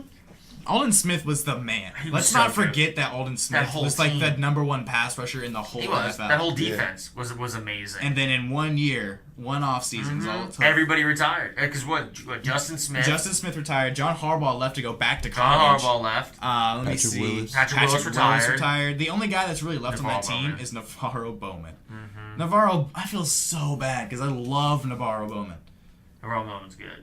Dude, when his leg snapped, he's like Thomas. In Seattle. He's like Thomas Davis though. It's he's really good, but that guy next to him is so good. Remember how good Patrick Willis was? Patrick Willis was better, and it was because he was scary too. Patrick Willis was probably the scariest linebacker I've ever seen. Patrick Willis was besides Ray Lewis when he was young. He reminded me a lot of Ray Lewis. Yeah, but Patrick Willis didn't have to talk. No, Patrick Willis just stared at you. Patrick Willis was Ray Lewis, but faster. In my opinion, tatted up. Yeah, and super tatted. He was so scary. He's doing stuff in Silicon Valley now. I'm pretty sure. Yeah, he's a monster. He's successful off the field now too, which is good for you, Patrick Willis. You know what I mean? Yeah, didn't he have some crazy combine numbers too? Didn't he have crazy bench numbers and not like Dontari? Sure. I'm not talking like Dontari Poe amounts, because you remember Dontari Poe's bench? What was it 48 reps or something? Of what? Dontari Poe 225. That's crazy. Dude, Dontari Poe, you look up Patrick Willis, I'm gonna look up Dontari Poe, because I remember. This was 2007. Who, Patrick Willis? Yeah. Look up his combine numbers. I'm pretty sure his combine numbers were crazy. Combine, he got invited, height, let me see his weight. A 40-yard dash is a 4.56. Which for a linebacker is fast. It's crazy fast. That's sketchy fast. He had a 39-inch vertical. He had an almost 10-foot broad jump. Dude's a monster. That's crazy. Dude's a monster. He crazy. His 3-cone was 7 seconds. Let me see. These are just. Oh my goodness. Oh, excuse me. This was his pro day. His pro day numbers are even better than his combine numbers. His pro day, his 40-yard was a 4.37. That is ridiculously fast. Dontari Poe had 44 reps of 225. Oh my goodness. And Patrick Willis had 22 reps of 225 bench. Dontari Poe had 44. Can you imagine repping 225 44 times? That's crazy. What was it? Combine bench? I think the most I repped 225 for once was 3 times. The combine bench press record That's crazy. Was in 1999, 51 reps by a guy named Justin Ernest, who I've never heard of. No, but you've heard of Dontari Poe. You've heard of Dontari. You've heard of Dontari Poe. That dude's a monster. Dontari Poe, he had a 4.8940, which for someone that huge is not bad. He had a 30-inch vertical leap. Wow. For somebody that big? Yeah. He's supposed to be a free agent, by the way. He's a monster. He's so good. I would love it if the Patriots picked him. We don't even need Dontari Poe. If we picked him up, dude. Dontari Poe. He'd be a beast. Bench press leads. I could see him wearing that Patriot navy blue. Oh, and I bet you guys are going to be really excited for next week's show, because I'm going to have my my Tom Brady Super Bowl jersey on standby. I think I might not be. 346 pounds, and he ran a 4.87. That's faster than me. 346 pounds. He weighs. See, that's what I keep telling He's people. 2 of me. People who don't understand football, like people who don't think Tom Brady's that tall, because in relation to all the other people, He's like 6'5". It looks like a normal sized guy. Yeah. Him and Peyton Manning look like normal sized. It's like dudes. watching basketball and then like. You're like, that point guard is short, when in reality he's like 6'3". Yeah. Like, Yeah, but Steph Curry's 6'4". So people are like, oh, these dudes are fat. I'm like, yes, they're fat, okay? Yes, they are fat dudes. Offensive line, defensive line. But they're supposed to be big. That's their job. They have to be wide. I'm like, but if you're running from these guys, they will catch you. Yes. And when they hit you, they will You run will through you feel like a truck. Like, did you ever see Ndamukong Suh's Sports Science? Yeah. Where he kills that dummy? Like, Yeah. the dummy died. The Yeah. dummy came to life just to die for Ndamukong Suh to hit They it were so talking. hard. Yeah, it's like he hit it so hard that it would have stopped somebody's heart. Yeah, or it was something. like twice the size of Ray Lewis hit. It was something crazy. They were like, "You're ridiculous." He was like, "Well, what are you gonna do?" Yeah. Like, Well, what's he gonna do? you know, Ndamukong Suh, he takes like hurting people as like an everyday thing. Have you seen what they tested? It was like getting Every day. as an official getting hit by one of these guys. Like they had like an official running up the sideline or something like that, and then like they had some guy like some former NFL linebacker, like nobody amazing. I can't remember the guy's name, but he was a huge dude. Yeah. And he like ran up on the side and basically just pushed him. It was like the impact the referee launched. receives was he got launched. It's crazy. They're so strong. That's what people don't get. People get they're fat. It's like Vince Wilfork. Yes, Vince Wilfork is fat. Okay, He's like, 405 pounds. there's no way getting around it. The dude's fat. He's probably faster than me. Yeah. He is crazy strong. Yeah. It's like Marvin Harrison. Like, remember Marvin Harrison shoulder pressing the 135 on a barbell? Maybe James Harrison. Yeah, who was I saying? Marvin Harrison. You said Marvin Harrison. Harrison. Probably. I was like, I don't remember Yeah, I the was about to receiver. say- No, James Harrison. You remember that? Of Yeah, him, like, he takes shoulder pressing 145 or 135 pounds on a barbell. he I shoulder was doing it presses easy. what I bench press. Crazy. You don't bench 135. I do bench 135. That's sad. I know it's sad. You need to work on that. I know that's the average. That's actually the average male bench press. I'm trying to get to What? the 225. 135 is the average male max bench press. Well, excuse me, I can rep that out. My max is like 145 or something like that. That sucks, dude. I'm not sitting here spouting off how strong I am. I'm No, just no, saying no, that that's no. what I'm No, at I right agree. now. How much you weigh? How much? 170.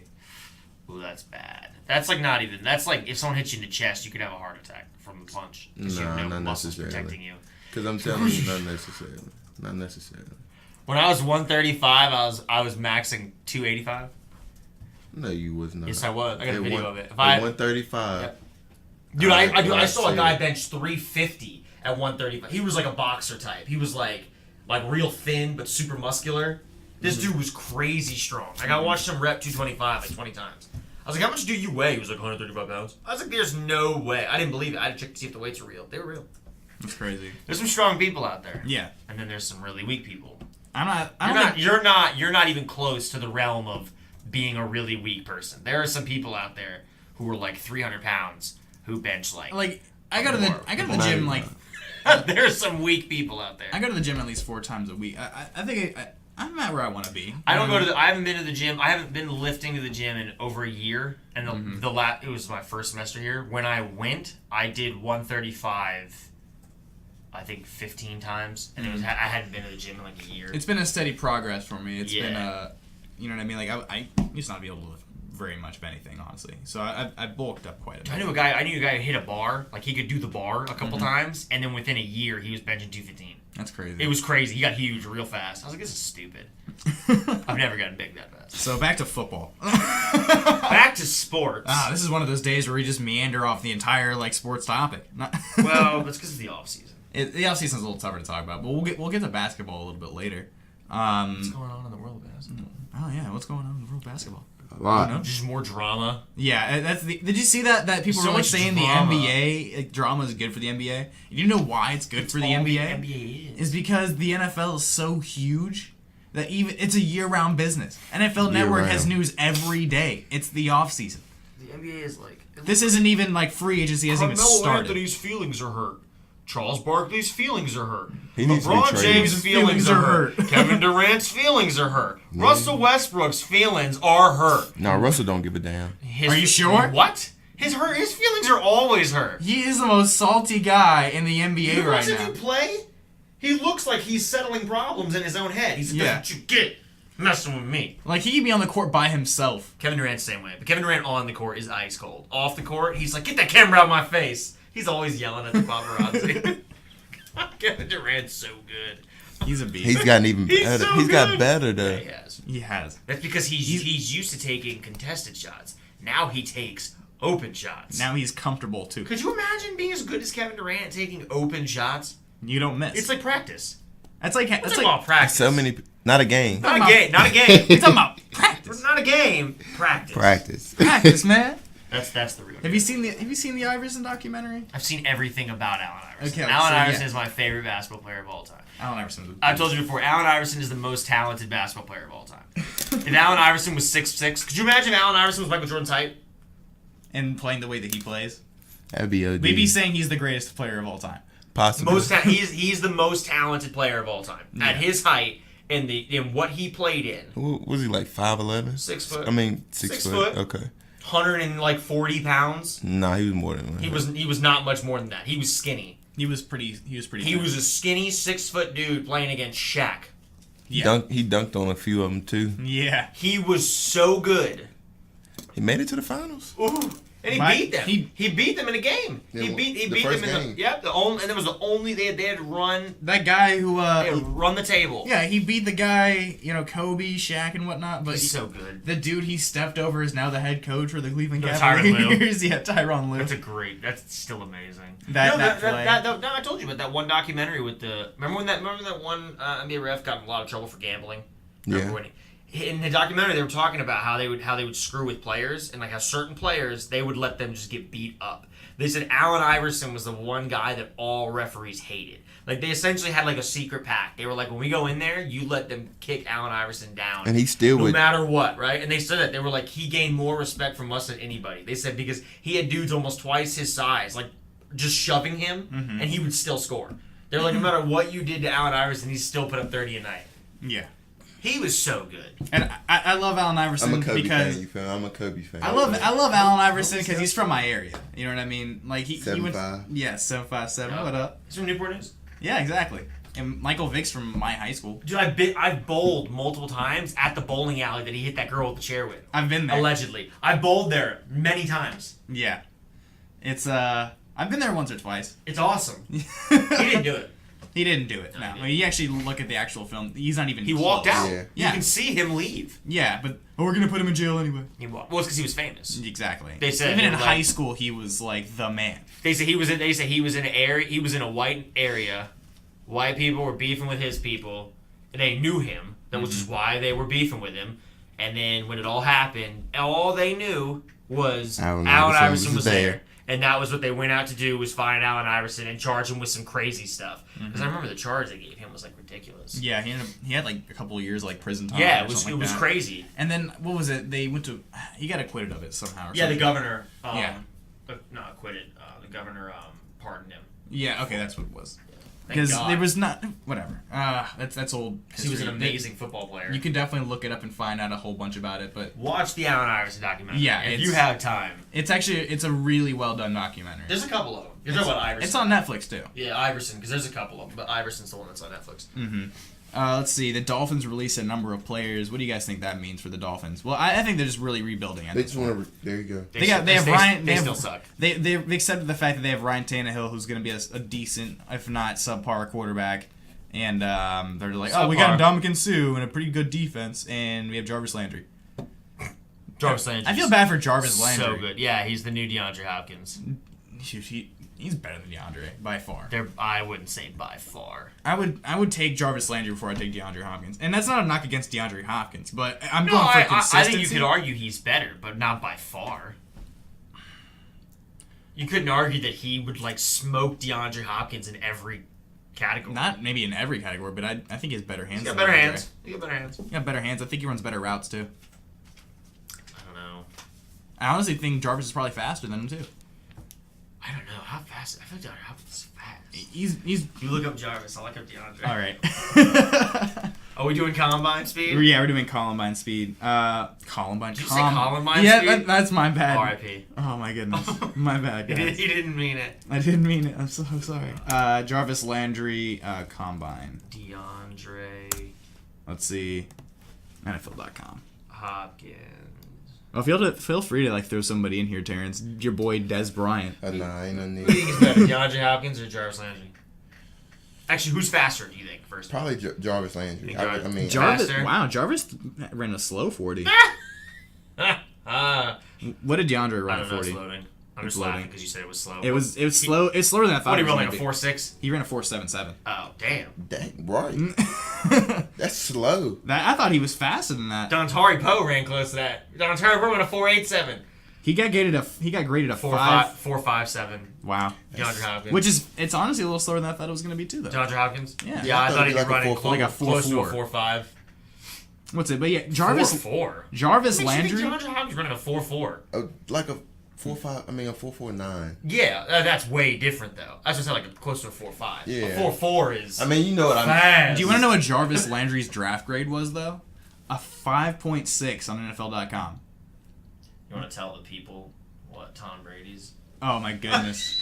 Dude, I love that Why, video. why? They were like, he's lengthy, Why? he's stupid. They were like, they didn't say he was stupid. Okay, they were coming for his whole life. They were coming at him though. They were like, he's gangly, he's got bad feet, he can't throw. They say he doesn't have a tight spiral. They came after everything about Tom Brady. And he is the GOAT. He's. And now he's the greatest quarterback of all time.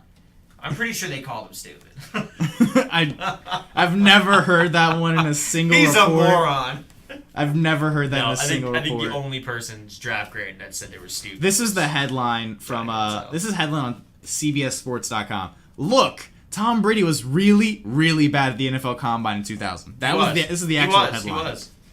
You can't His blame. his 40-yard was a 5.28. Oh, yeah, they were like, he's so slow. Yeah. Even Nick Foles managed to top Brady running a 5.03 in 2012. Hey, Nick Foles. Phillip Rivers had a faster time.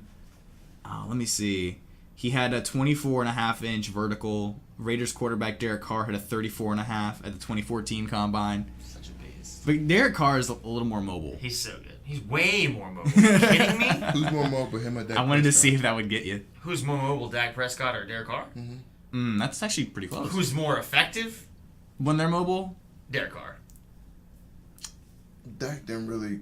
He won't really own it. Dak didn't need to go mobile to Yeah. play well, though. Right. Because that offensive line could sit there for 7 There you seconds go. and then not even draw a But flag. Derek Carr, I mean, to be honest, though, I put Derek Carr better than Dak Prescott at almost anything, just because of the year he had. There was no time in the pocket that Derek Carr didn't look amazing. Mm-hmm. You know what I mean? Yeah, I can agree. He with was great in the pocket. It was when great he out of the pocket. it was when he broke the pocket just one time. No. He was throwing darts. No matter where he was throwing darts Yeah. the whole year. Yeah. He's so good. Derek Carr is a beast. I hope he. If I had to start a franchise with either him or Dak Prescott, I'd probably pick Derek. Derek Carr is right now, because I mean you can't say Derek Carr is young. He's still young by He's NFL not. standards. He's not 1-2 years in. He's got this will be his third season. Right. Or No, this fourth. was this will be his fourth season. Excuse So me. 4 seasons is not young, But it's definitely not like a veteran like. right? But like up and coming quarterbacks, Derek Carr is the best up and coming quarterback. Oh yeah. He's a monster.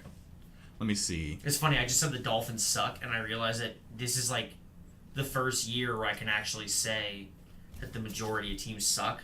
In comparison to the Because my Raiders. team doesn't suck anymore. Because usually I'm like, the Redskins suck. People are like, so do the Raiders. And I'm like, you're right. You're right. I have nothing else Like, I after can't this. even argue. Because usually the Redskins and the Raiders are on the same. Your old roommate, Trevor, is in one of my classes, and Uh-huh. yesterday he was trying to get all bold. He and I knows was- nothing about football. No. Have you figured that out? Did you Not pick at up all. on that? I'm pretty sure I did. He doesn't know anything about football. But as well as the Raiders, like the Cowboys used to be pedestrian. Now, Terrance is a little excited now. Yes, sir. 'Cause heading into the next season, they're favorites I again. like the Cowboys. Hey, I'm they're fun to happy. watch. I'm happy the Cowboys are good. I've never had It's good for anything against the NFL. Cowboys. The only good team, for the NFL. the only team that like what's the one team you can't stand personally? Because I'm sure there's only one, and in it's my division, or like just in general. Like of all the football teams in the league, what's the one football team you can't stand? I know yours is the Patriots, Terrance, because you made it very clear. The first time I met you, you were like, "I hate the Yeah, but Patriots." you can't say the Patriots. I don't like them. Isn't good for football. I don't like them.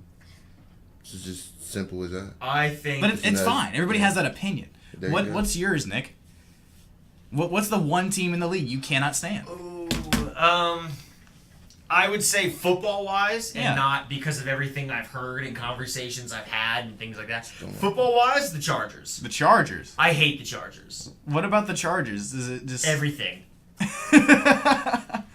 I just hate the Patriots. I hate the Everything. Chargers. For me- Everything about the way for the me- Chargers... For me, the one football team I can't stand, it's probably not even as much as the team as it is this one person I met that Right. ruined it for me, is the New York Jets. Well, that's why I said football-wise. Not Yeah. what you've heard about them, not conversations you've had, just football-wise. Who do you hate? Football-wise?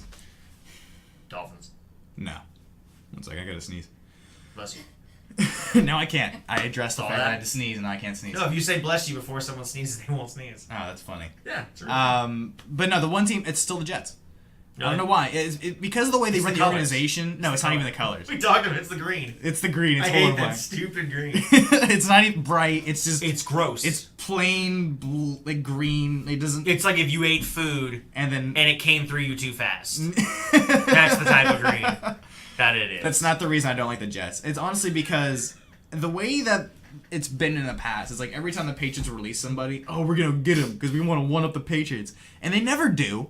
But Yeah, it's they- always the way that they play. They do seem to be in direct competition with you guys. They're always trying to outdo the Patriots instead of just trying to win overall. It's Which like they we got to can't. be better than the Pats, and they never do. Well, last time the Jets were good. And it's also, and More it does effective. contribute to the fact that I had a friend in high school. I call him friend, but he's kind of an annoyance. He's a tool. Associate. Associate, yeah, he's an associate. I'm not gonna name names, but it started with an H. And Howard. no, Homeboy. no, it's like it's a brand of a motorcycle. And Honda? Harley. Hyundai? Harley. Oh, Harley. I was like, Honda?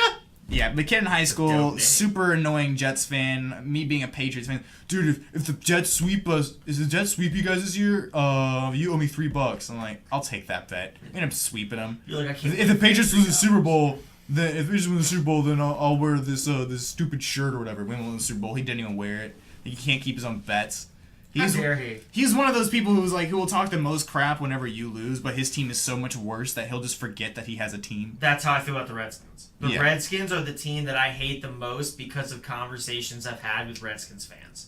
Yeah. I don't hate the Redskins as a team. I hate them because of how people have made me hate Which them. is also the reason why people don't like the Cowboys. For instance, Cowboys and the Patriots are the most hated teams I in the feel like league. people genuinely dislike the Cowboys. Just for the For football. Like, I think the Cowboys, the For- Steelers, and the Patriots. People genuinely dislike those three teams purely for football. But I feel like for the Cowboys at least, it's a little bit more their fans.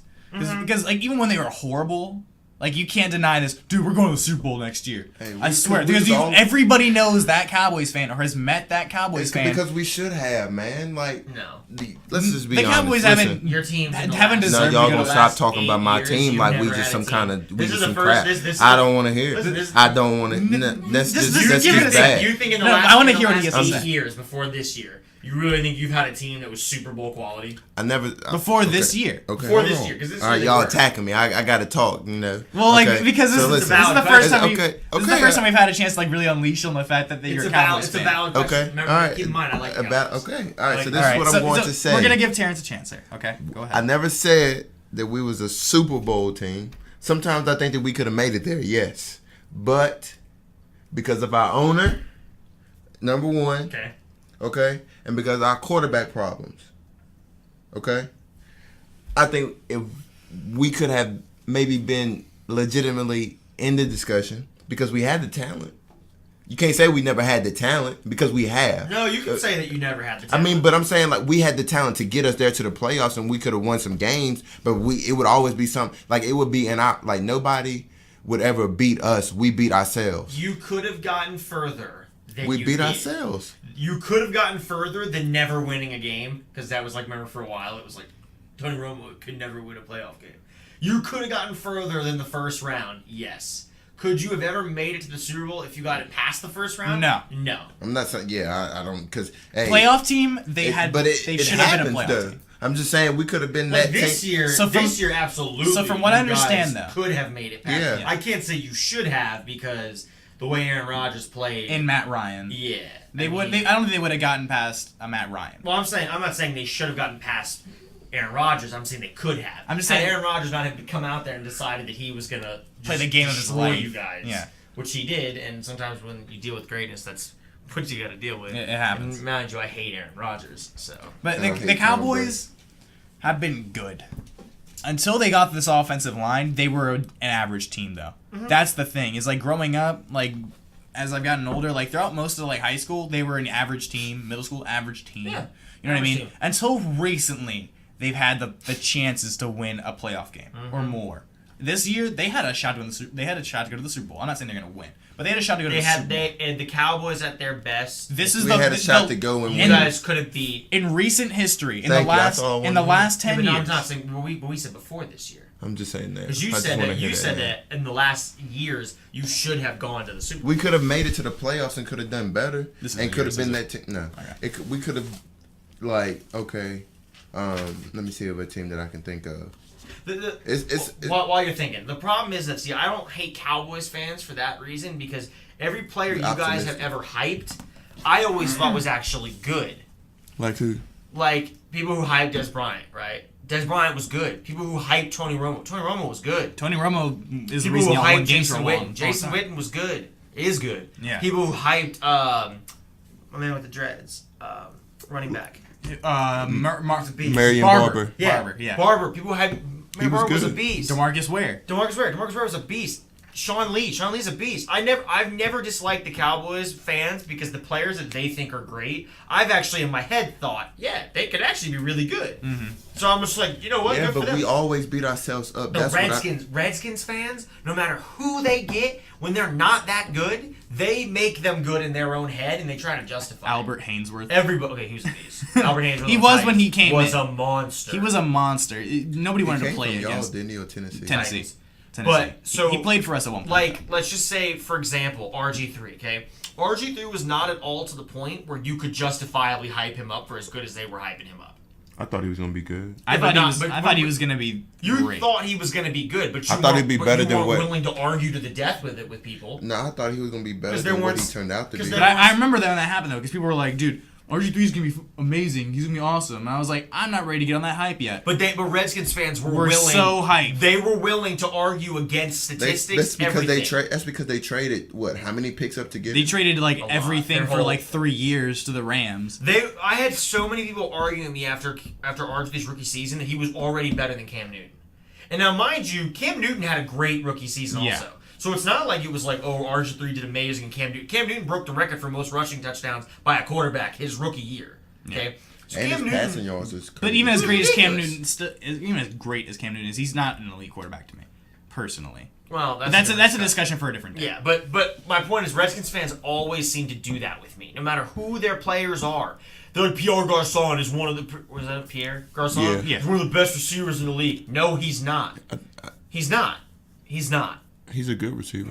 Good receiver? Yes. Is he one of the best in the league? I don't think he's. No. He's He's probably an top average- 50. he's He's not probably elite. top. When it he's probably comes to, top like, 20, top- top 15. When it comes to elite receivers, he's not a top mean, five. when- Like, name elite... Can you name elite players that they have had in the last 5 years? Elite players. That like the Redskins have had on the team, like and had a great Elite, season, and had a super- great season with the Redskins. Did D'Angelo Hall have a good season with them? I think he had average. He wasn't great. He was wasn't never Falcons like a D'Angelo Darrell Hall. Revis. A Right. few years Okay, ago. yeah, all right, I won't agree with that. Name an elite player the Redskins have had. Cooley? Cooley was good. Portis back Portis? for a while Portis, ago. yes, Portis. But not within the last 5 years. No. Cooley was the best player to play on the Redskins in recent history, and even he decided he wanted to suck one day. Mm-hmm. No one knows why, because he was great. but I've had it since I grew up in Nova. Most of my life, I'm from the 757, but I grew up in Nova. Everybody wanted to argue that the Redskins were fantastic. We got this, we got that, we got Rex Grossman, we got like Mark Rex Brunell. Grossman. Like people literally, Clinton Portis. Donovan McNabb. Yeah, like even what's his name? Who's the running back? Clinton Portis. No, recently. Recently? Yeah. Jones? Matt Jones? No, big dude. Big Alfred guy. Morris? Alfred Morris. Alfred Morris is great. Alfred Morris is good. Okay, Alfred Morris was good. Was Yeah. Alfred Morris an elite running back for more than a year? No. Like the Redskins have never, and this is why I hate the Redskins. No, I don't hate the Redskins. I hate It's their the fans. people who love the Redskins. Because I've been to Redskins games. And living in Football games- Virginia, you deal with it. Yeah, the only football games I've been to were Redskins games, and they were front row tickets because my friend had season passes that he would give me. Yeah. I saw Michael Vick and Donovan McNabb play. Michael Vick on the Falcons and Donovan McNabb on the Eagles. It was dope. I hate the people who like the Redskins. They can't come to grips with the fact that they suck. and that their players suck. Like Raiders fans, I've never claimed that our bad players were good. Never. You never sat down and was like, dude, like Jeremy McFadden's the best running back in the league. I thought he was gonna be Jacoby. so I nice did too. too. I wanted Jeremy McFadden. He came from Arkansas. Yeah. Super Jacoby fast. Ford is better than Devin Hester. Right. Like I've never claimed our bad players were good. I think I've overestimated players, like with like C.O. Moore or The best player the Raiders have had in recent history until like the last couple of years was Charles Woodson. Charles Woodson was so good. I know. One of the best defensive backs of all time. I still hope he comes back. I wish he would have stayed for at least one I more still season. hope he makes. They said he was thinking about coming back. Charles Woodson. Dude, I'll sign him. I think they will. I would sign him. Yeah. Honestly, at this point, I'd make him a coach. Yeah, He's a little older now. And he's taken a year or two off. He's a beast. But he was a beast. Yes. He's a monster. But that's why I don't like Redskins. And that's what's so with Cowboys. The difference is Cowboys fans don't ever, in my mind, hype up players who aren't that good. You guys hype up players who is valid. It's valid for you to overestimate. Because I've never heard a Cowboys fan say, dude, Terrance Williams is like an awesome receiver. Right. The only people that they hype up are the people who there's some kind of proof that they're good. Redskins fans will hype people to no end regardless. Like Eagles fans do it too. No matter how, there doesn't have to be any proof behind how good they are, but they will argue with you until you're blue in the face. And the Eagles have had great players in the history of the last like 10 years. Don McNabb was amazing. McNabb was really Brian good. Westbrook, Brian Dawkins. Right, again, so even with the Eagles, they have hyped up good players, but they've also hyped up bad players. Like who? Give me a for instance real quick. Dude with the white dude, racist receiver. Riley Cooper. Riley Cooper. Riley Cooper was hyped super hard. I never heard him being hyped like I heard that. him like he had a good. I heard him game. compared to Edelman and Welker at one point. I'd heard it a couple times. No. Their whole. I mean, we forget or should we not forget that they said they had a dream team that was trash. Oh, Nnamdi Asomugha. Their organization hyped. I ain't a gonna lie. trash team. Let's be honest. We as fans, when you see something like that, you think they're gonna be good. Like what though? How good was that team really? Not when they had Nnamdi Asomugha. I think they won like 7 games. But I'm saying, but I had okay. But And I'm saying, Nnamdi Asomugha, by the way, not Raiders Nnamdi Asomugha. This is who Eagles was Nnamdi Asomugha. But what I'm saying is, if you're looking at the beginning of an NFL season and you see that team on paper, you're like, okay, this could be a dream team. If you're a fan that's listening to everything you're being told. If you're actually looking into it, you can see that maybe it won't be that good. Yeah, but on paper it looks good. So if you Depends on who's looking at it. It does. But none of those players had what was his name? Nnamdi Asomugha? Nnamdi He was so Asomugha. Okay, he had just came from the Raiders, right? He was so good. He just came from the Raiders. He didn't have any bad year or anything with the Raiders. He was never bad. Yeah, that's what I'm saying. He had a season where he didn't allow a single touchdown. So therefore, he was located 3 times. if he come to the Eagles, they thinking he gonna do the same thing. No, Nnamdi, I agree. Thinking And Nnamdi they had was good. Rogers Cromartie. Everybody thought Nnamdi That's what I'm Asomugha saying. was like the future. Nnamdi, I'm not arguing. And Rogers Cromartie has always been a good cornerback. I mean, he's been a good. He's not For average. some reason, though, they all decided to play horrible with the Eagles. I think They it's just hit. It was like their luck. They just like, okay, all right, we all playing for the Eagles and we're gonna suck. I mean, like they didn't show it is up. fun to watch the Eagles. Yeah, but they didn't show up. So on paper, Nnamdi, I don't know what happened to Nnamdi. but that's what I'm saying. They didn't show up. So I don't think I just think he didn't like playing anywhere other than Oakland. Baby. He liked like they Oakland. just didn't show up. He On pulled paper, I across the thought the Eagles was gonna be nice too. LaShawn McCoy, Vic, Deshaun Jackson, Jeremy Maclin still, and you got what was Avant still there? Jason Avant, yeah. Jason Avant was still there. Yeah, but think about that actual team. So you have Vic, who was not in his prime. Right. Okay, you but got LaShawn, who's a beast. Who was coming off of... Vic was that year. I'm pretty Vic sure was he was doing- coming had off of an a- MVP mention season. Yeah, But he Vic had was lost doing- in He won comeback player of the year. yeah, There's some some like of Vic that. was. Like, it he was lost- supposed to. he It was lost in supposed to Atlanta. be What I'm saying good. is, if you're going off the last season, yes, but when you're going off what you know about a person, then you got Deshaun Jackson, who's injury prone, who's a problem mentally. You know what I mean? He beats with people, and he doesn't have that good of hands. You got Jeremy Maclin, who wasn't proven at all at that point. Injury prone. Right, and injury prone. You got LaShawn McCoy, like I said, who's a monster. You got Nnamdi, who I agree everybody thought he was going to be awesome. He's so good. So that's fine. But there's a lot of good players on that team that, unless you're just listening, if you're a casual fan who's hearing, we're the dream team, these are the stats from last year, yeah, that's one thing. But it was even like the Raiders. I wasn't 100% positive in my own head that the Raiders, first of all, I did not think we were going to go 12-4 this year. And the fact that we went 12, I don't think anybody saw that coming. No, and we got lucky a lot. I mean, I wouldn't say lucky, because Derek Carr was leading.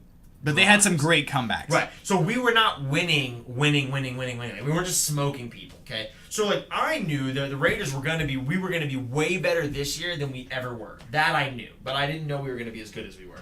But I think other teams don't seem to be able to do that. Like the Patriots. The Patriots can't look at a team and go, this team's not that good. We might not be that great. Patriots fans look at their team and go, Super Bowl. Don't matter who's on there. We got Tom Brady. Right. Doesn't matter who's on there. As long as Tom Brady's on there, they do it. But at least you guys actually perform. Mm-hmm. Even with bad players. Yeah. But, like, we bring in guys like, the last exciting player the Patriots ever brought in that I was like, dude, this guy's going to be awesome. Randy Moss. He was so good. After that, Darrelle Revis was the last guy I got super excited about. Came in and people thought he was excuse me for not remembering Darrelle Revis was a huge signing that helped us win a Super Bowl. Darrelle Revis was good. He was a monster. That was the last good season he's had. Was that the last? That was not the last. That was the last good because he went right back to the Jets, had a horrible season, and this last season was even worse. Jimmy Garoppolo. What about Jimmy? You weren't excited about Jimmy Garoppolo? Am I excited that he'll get traded? Probably. You think? I'm excited for what we'll probably get in return. Because I'm pretty certain he's going to get traded. What about Jimmy Garoppolo and a second-round pick for Tony Romo? For what? Tony Romo gets a ring. Oh, to bring him to New England? There's no point. Yes, there is. No, there isn't. Yeah, there is. We're not going to bring in a vet who we can't train to be the future of the franchise. Because the only reason the Patriots bring in another quarterback is to like possibly think, okay, this guy can probably lead the team in a few years after Tom Brady retires. They don't need to bring. Which is why if we trade Jimmy, he sits there and learns. If we trade Jimmy and we get another first-round pick, we're probably going to use our later pick on a quarterback. We'll probably use our first pick on like a pass rusher, which we probably need, and then we'll probably use our 32nd pick on a quarterback. What if y'all got Deshaun Watson? If we got Deshaun Watson, I've thought about it. No way he's available then. I don't think he's not going to be available at 32, but 8. Oh, sorry. But I don't think he's available at 32. Depending on what mock draft you're looking at. Some people think he could go like 28. Some people also think that which I think is crazy. What was his name? Christian McCaffrey has been sliding in and out of the first round in a lot of draft boards. Yeah, but you never know what these. He don't get credit as much as he deserves. Who? Christian McCaffrey. A lot of them don't from get Stanford. The credit. I don't think Deshaun Watson's getting the credit he deserves. Yeah, him too. People are trying to say Deshaun Watson's not a top 5 quarterback. People are trying to say he's a top 5, but I don't know if he's a number 1 overall pick. Are you taking Deshaun Watson over Myles Garrett? If I'm who? If you're the Cleveland Browns? With their quarterback history? Every time they draft a quarterback, he's garbage. Yeah, if I was the Browns, I'm not drafting a quarterback. I'm trading to get a quarterback. I'm waiting till if I don't trade the pick for Jimmy Garoppolo for 12, I'm not taking a shot. They got a 12th pick too. They have a 12th. Yeah, they got him. Is Jimmy worth a 12th pick? Is Jimmy worth the number 12 overall pick in the draft? Is he worth a first round pick that we don't already have? Yeah. I would say that. No, but I'm saying for the Browns, like... For the Browns, is he worth a first-round pick? He's better than every quarterback who's coming out of this draft. At least you know... You think. Excuse me. Hey, he can be another Matt Castle. A little bit of a bold statement, but you know what you're going to get with Jimmy Garoppolo. But every quarterback that left after Tom, like Matt... Was Matt leaving? Mallet? No, Hoyer? Yeah, like after they leave from... don't... I mean, even Matt Castle had a good season. One. But with the thing about... I don't know. I think there's something about Jimmy. The way that he plays, it's just... That's how I feel about Deshaun Watson. I think Deshaun Watson's ice cold. Yeah. I think Deshaun Watson... There's something about Jimmy, man. Like, I was telling it to Donovan earlier before he left. It's like, people are like... Edelman's probably just trying to like boost his hype a little bit, but he's like, dude, we see a lot of the similar stuff we see in Aaron Rodgers and Jimmy Garoppolo. Mm-hmm. Because he plays like he wants it. And I don't think Jimmy Garoppolo wants to stay. If we keep him for this year, Tom Brady's not retiring for another 2-3 years. No, and he wants his money, too. And he wants to go start somewhere. Which he deserves. He deserves to start somewhere. I'd be happy if he goes to Cleveland because I like Cleveland. I have said, like, if I had a second team, if I had to root for anybody other than New England, I'm rooting for Cleveland just because they're terrible. That sucks. I think if I had to root for anybody other than the Raiders, it'd be the Jaguars. It's just one of those like subpar teams. You're just like you hope would be. My grandmother used to live in Jacksonville when I was young, so like I had Jaguar shirts and stuff. So okay. I kind of like the Jaguars growing up, but yeah, for some reason to me, Cleveland just hits me like. Falcons was my and team. Shad Khan. I had my two teams has always been Dallas and the Falcons. That was just because of Michael Vick. I just subtly root for Cleveland because I know they're Did terrible. you hear Michael Vick say he thinks he deserves to be in the Hall of Fame? Do you think he deserves to be in the Hall of Fame? I looked it up. Because in my head I was like, you know what? I was like, I don't know Michael Vick's stats that well. I'm like, because I was younger when Michael Vick was. Yeah, he was. Good. All of you knew that he was awesome. He could run around. Really fast. And I knew he was from Tech. So I'm like, you know what? I'm like, I'll look it up. I'm like, I'll look at his stats. I'll analyze what I think. I'll put aside the dog fighting. I'll put aside all those things. Yeah, just statistically. No, you don't think he gets the numbers. I think the argument you give him. You put Michael Vick in the Hall of Fame. I think the only argument you can give Michael Vick to getting the Hall of Fame because his numbers weren't tremendous. No. Even off the top of my head, I know they weren't great because he threw a ton of interceptions. No, I think he had like a 78 passer rating. career-wise. But the thing about Vic is he holds a lot of the quarterback rushing records. He revolutionized like the mobile quarterback position though, because before Vic there really wasn't anybody close. But I would say Cam Newton is already. He's in the. I would say Michael Passing. Vick. I would say Michael Vick is definitely in the Madden Hall of Fame for 2004. It was a cheat code to use Michael Vick. He was because there was no stamina, Yeah. so you could run around, and if you picked the right angles, you were fast enough for long enough that no one could catch you. Yeah. My friend used to do that. My friend was a Falcons fan. Yeah. I feel really bad for him. I messaged. He lives in Indiana now, coaching Yeah. football in college. But I messaged him and I was Tough Super Bowl. I was like, hey, like I wish we could watch this game together because I was like growing up, you know what I mean? He loved the Falcons, and we never got to see him go to the Super Bowl. And then he was like, yeah, man, I wish you were here. And then next thing you know, they lost. Yeah. And I was just like, oh, that sucks. There's always. I've watched a few reactions from that game too. I saw one where it was like this Falcons party in Atlanta, and it was like the Atlanta Football Hall of Fame or something like that, and like this huge party, and everybody's like super hype and excited.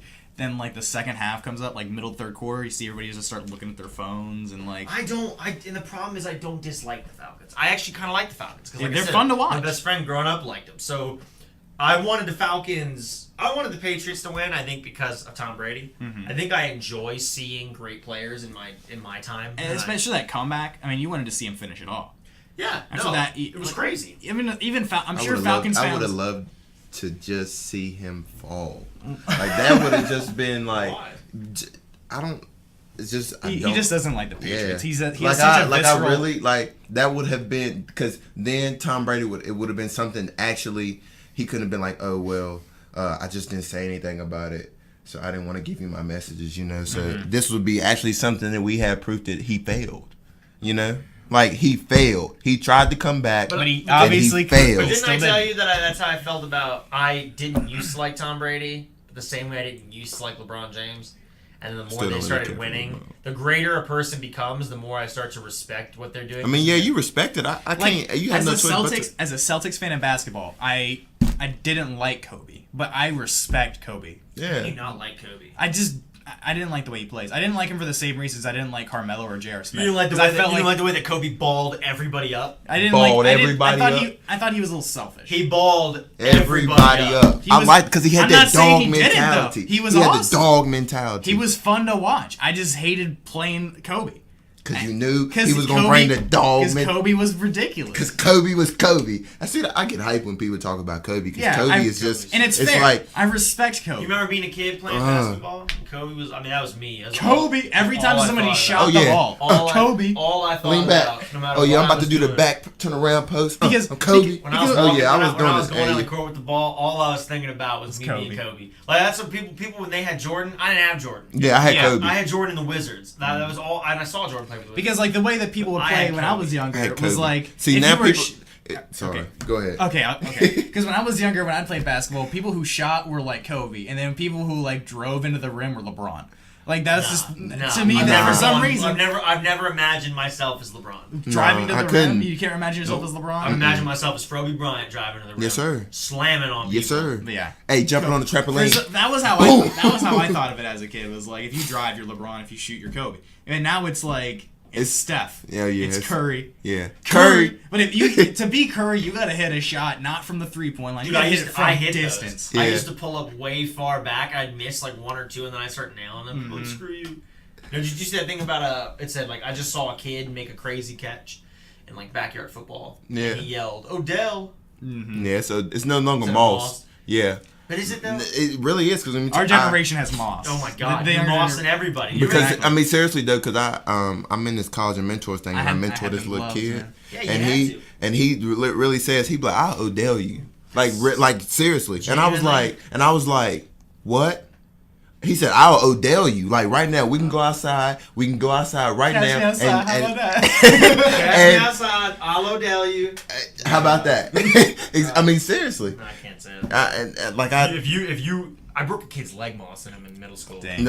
oh yeah. I mean, listen. But Back in I'm the sorry. day, Snapped his I'm leg. sorry, I won a gotta cut this a little bit championship short, almost guys. a We can keep talking after, It's though. dope. It's about to be 12 o'clock. I wanted to say thank you guys very much for being on the show once again. I'm sorry we couldn't get to the Warrior stuff, but are you ready to plug your stuff yet or no? Because you got your equipment, right? I got my second mic in the mail today before I went into class. Oh, okay, nice. Which sucked. Because all I wanted to do was open it. Yeah. I missed class the other day because I opened mine. But yeah, Nick is starting up a podcast YouTube channel, stuff like that. Yeah, it's gonna be called No Limits. I'm gonna have it on SoundCloud, and it's gonna be available for everybody. Exactly. Everybody who wants to go on, just look it up, and then I'll have a Facebook I'll be page. guesting on that every once in a while. I'm Yep. sure Terrance would be free As to often guest as as possible. I'll have everybody on. well. Look us up on Facebook, The Rines Report. You can find us on YouTube as well. It'll be the same title, The Rines Report, with today's date. It'll be uploaded tomorrow. So thank you guys very much for listening. This will be the end of the show today. So have a nice weekend and take it easy. Bye-bye.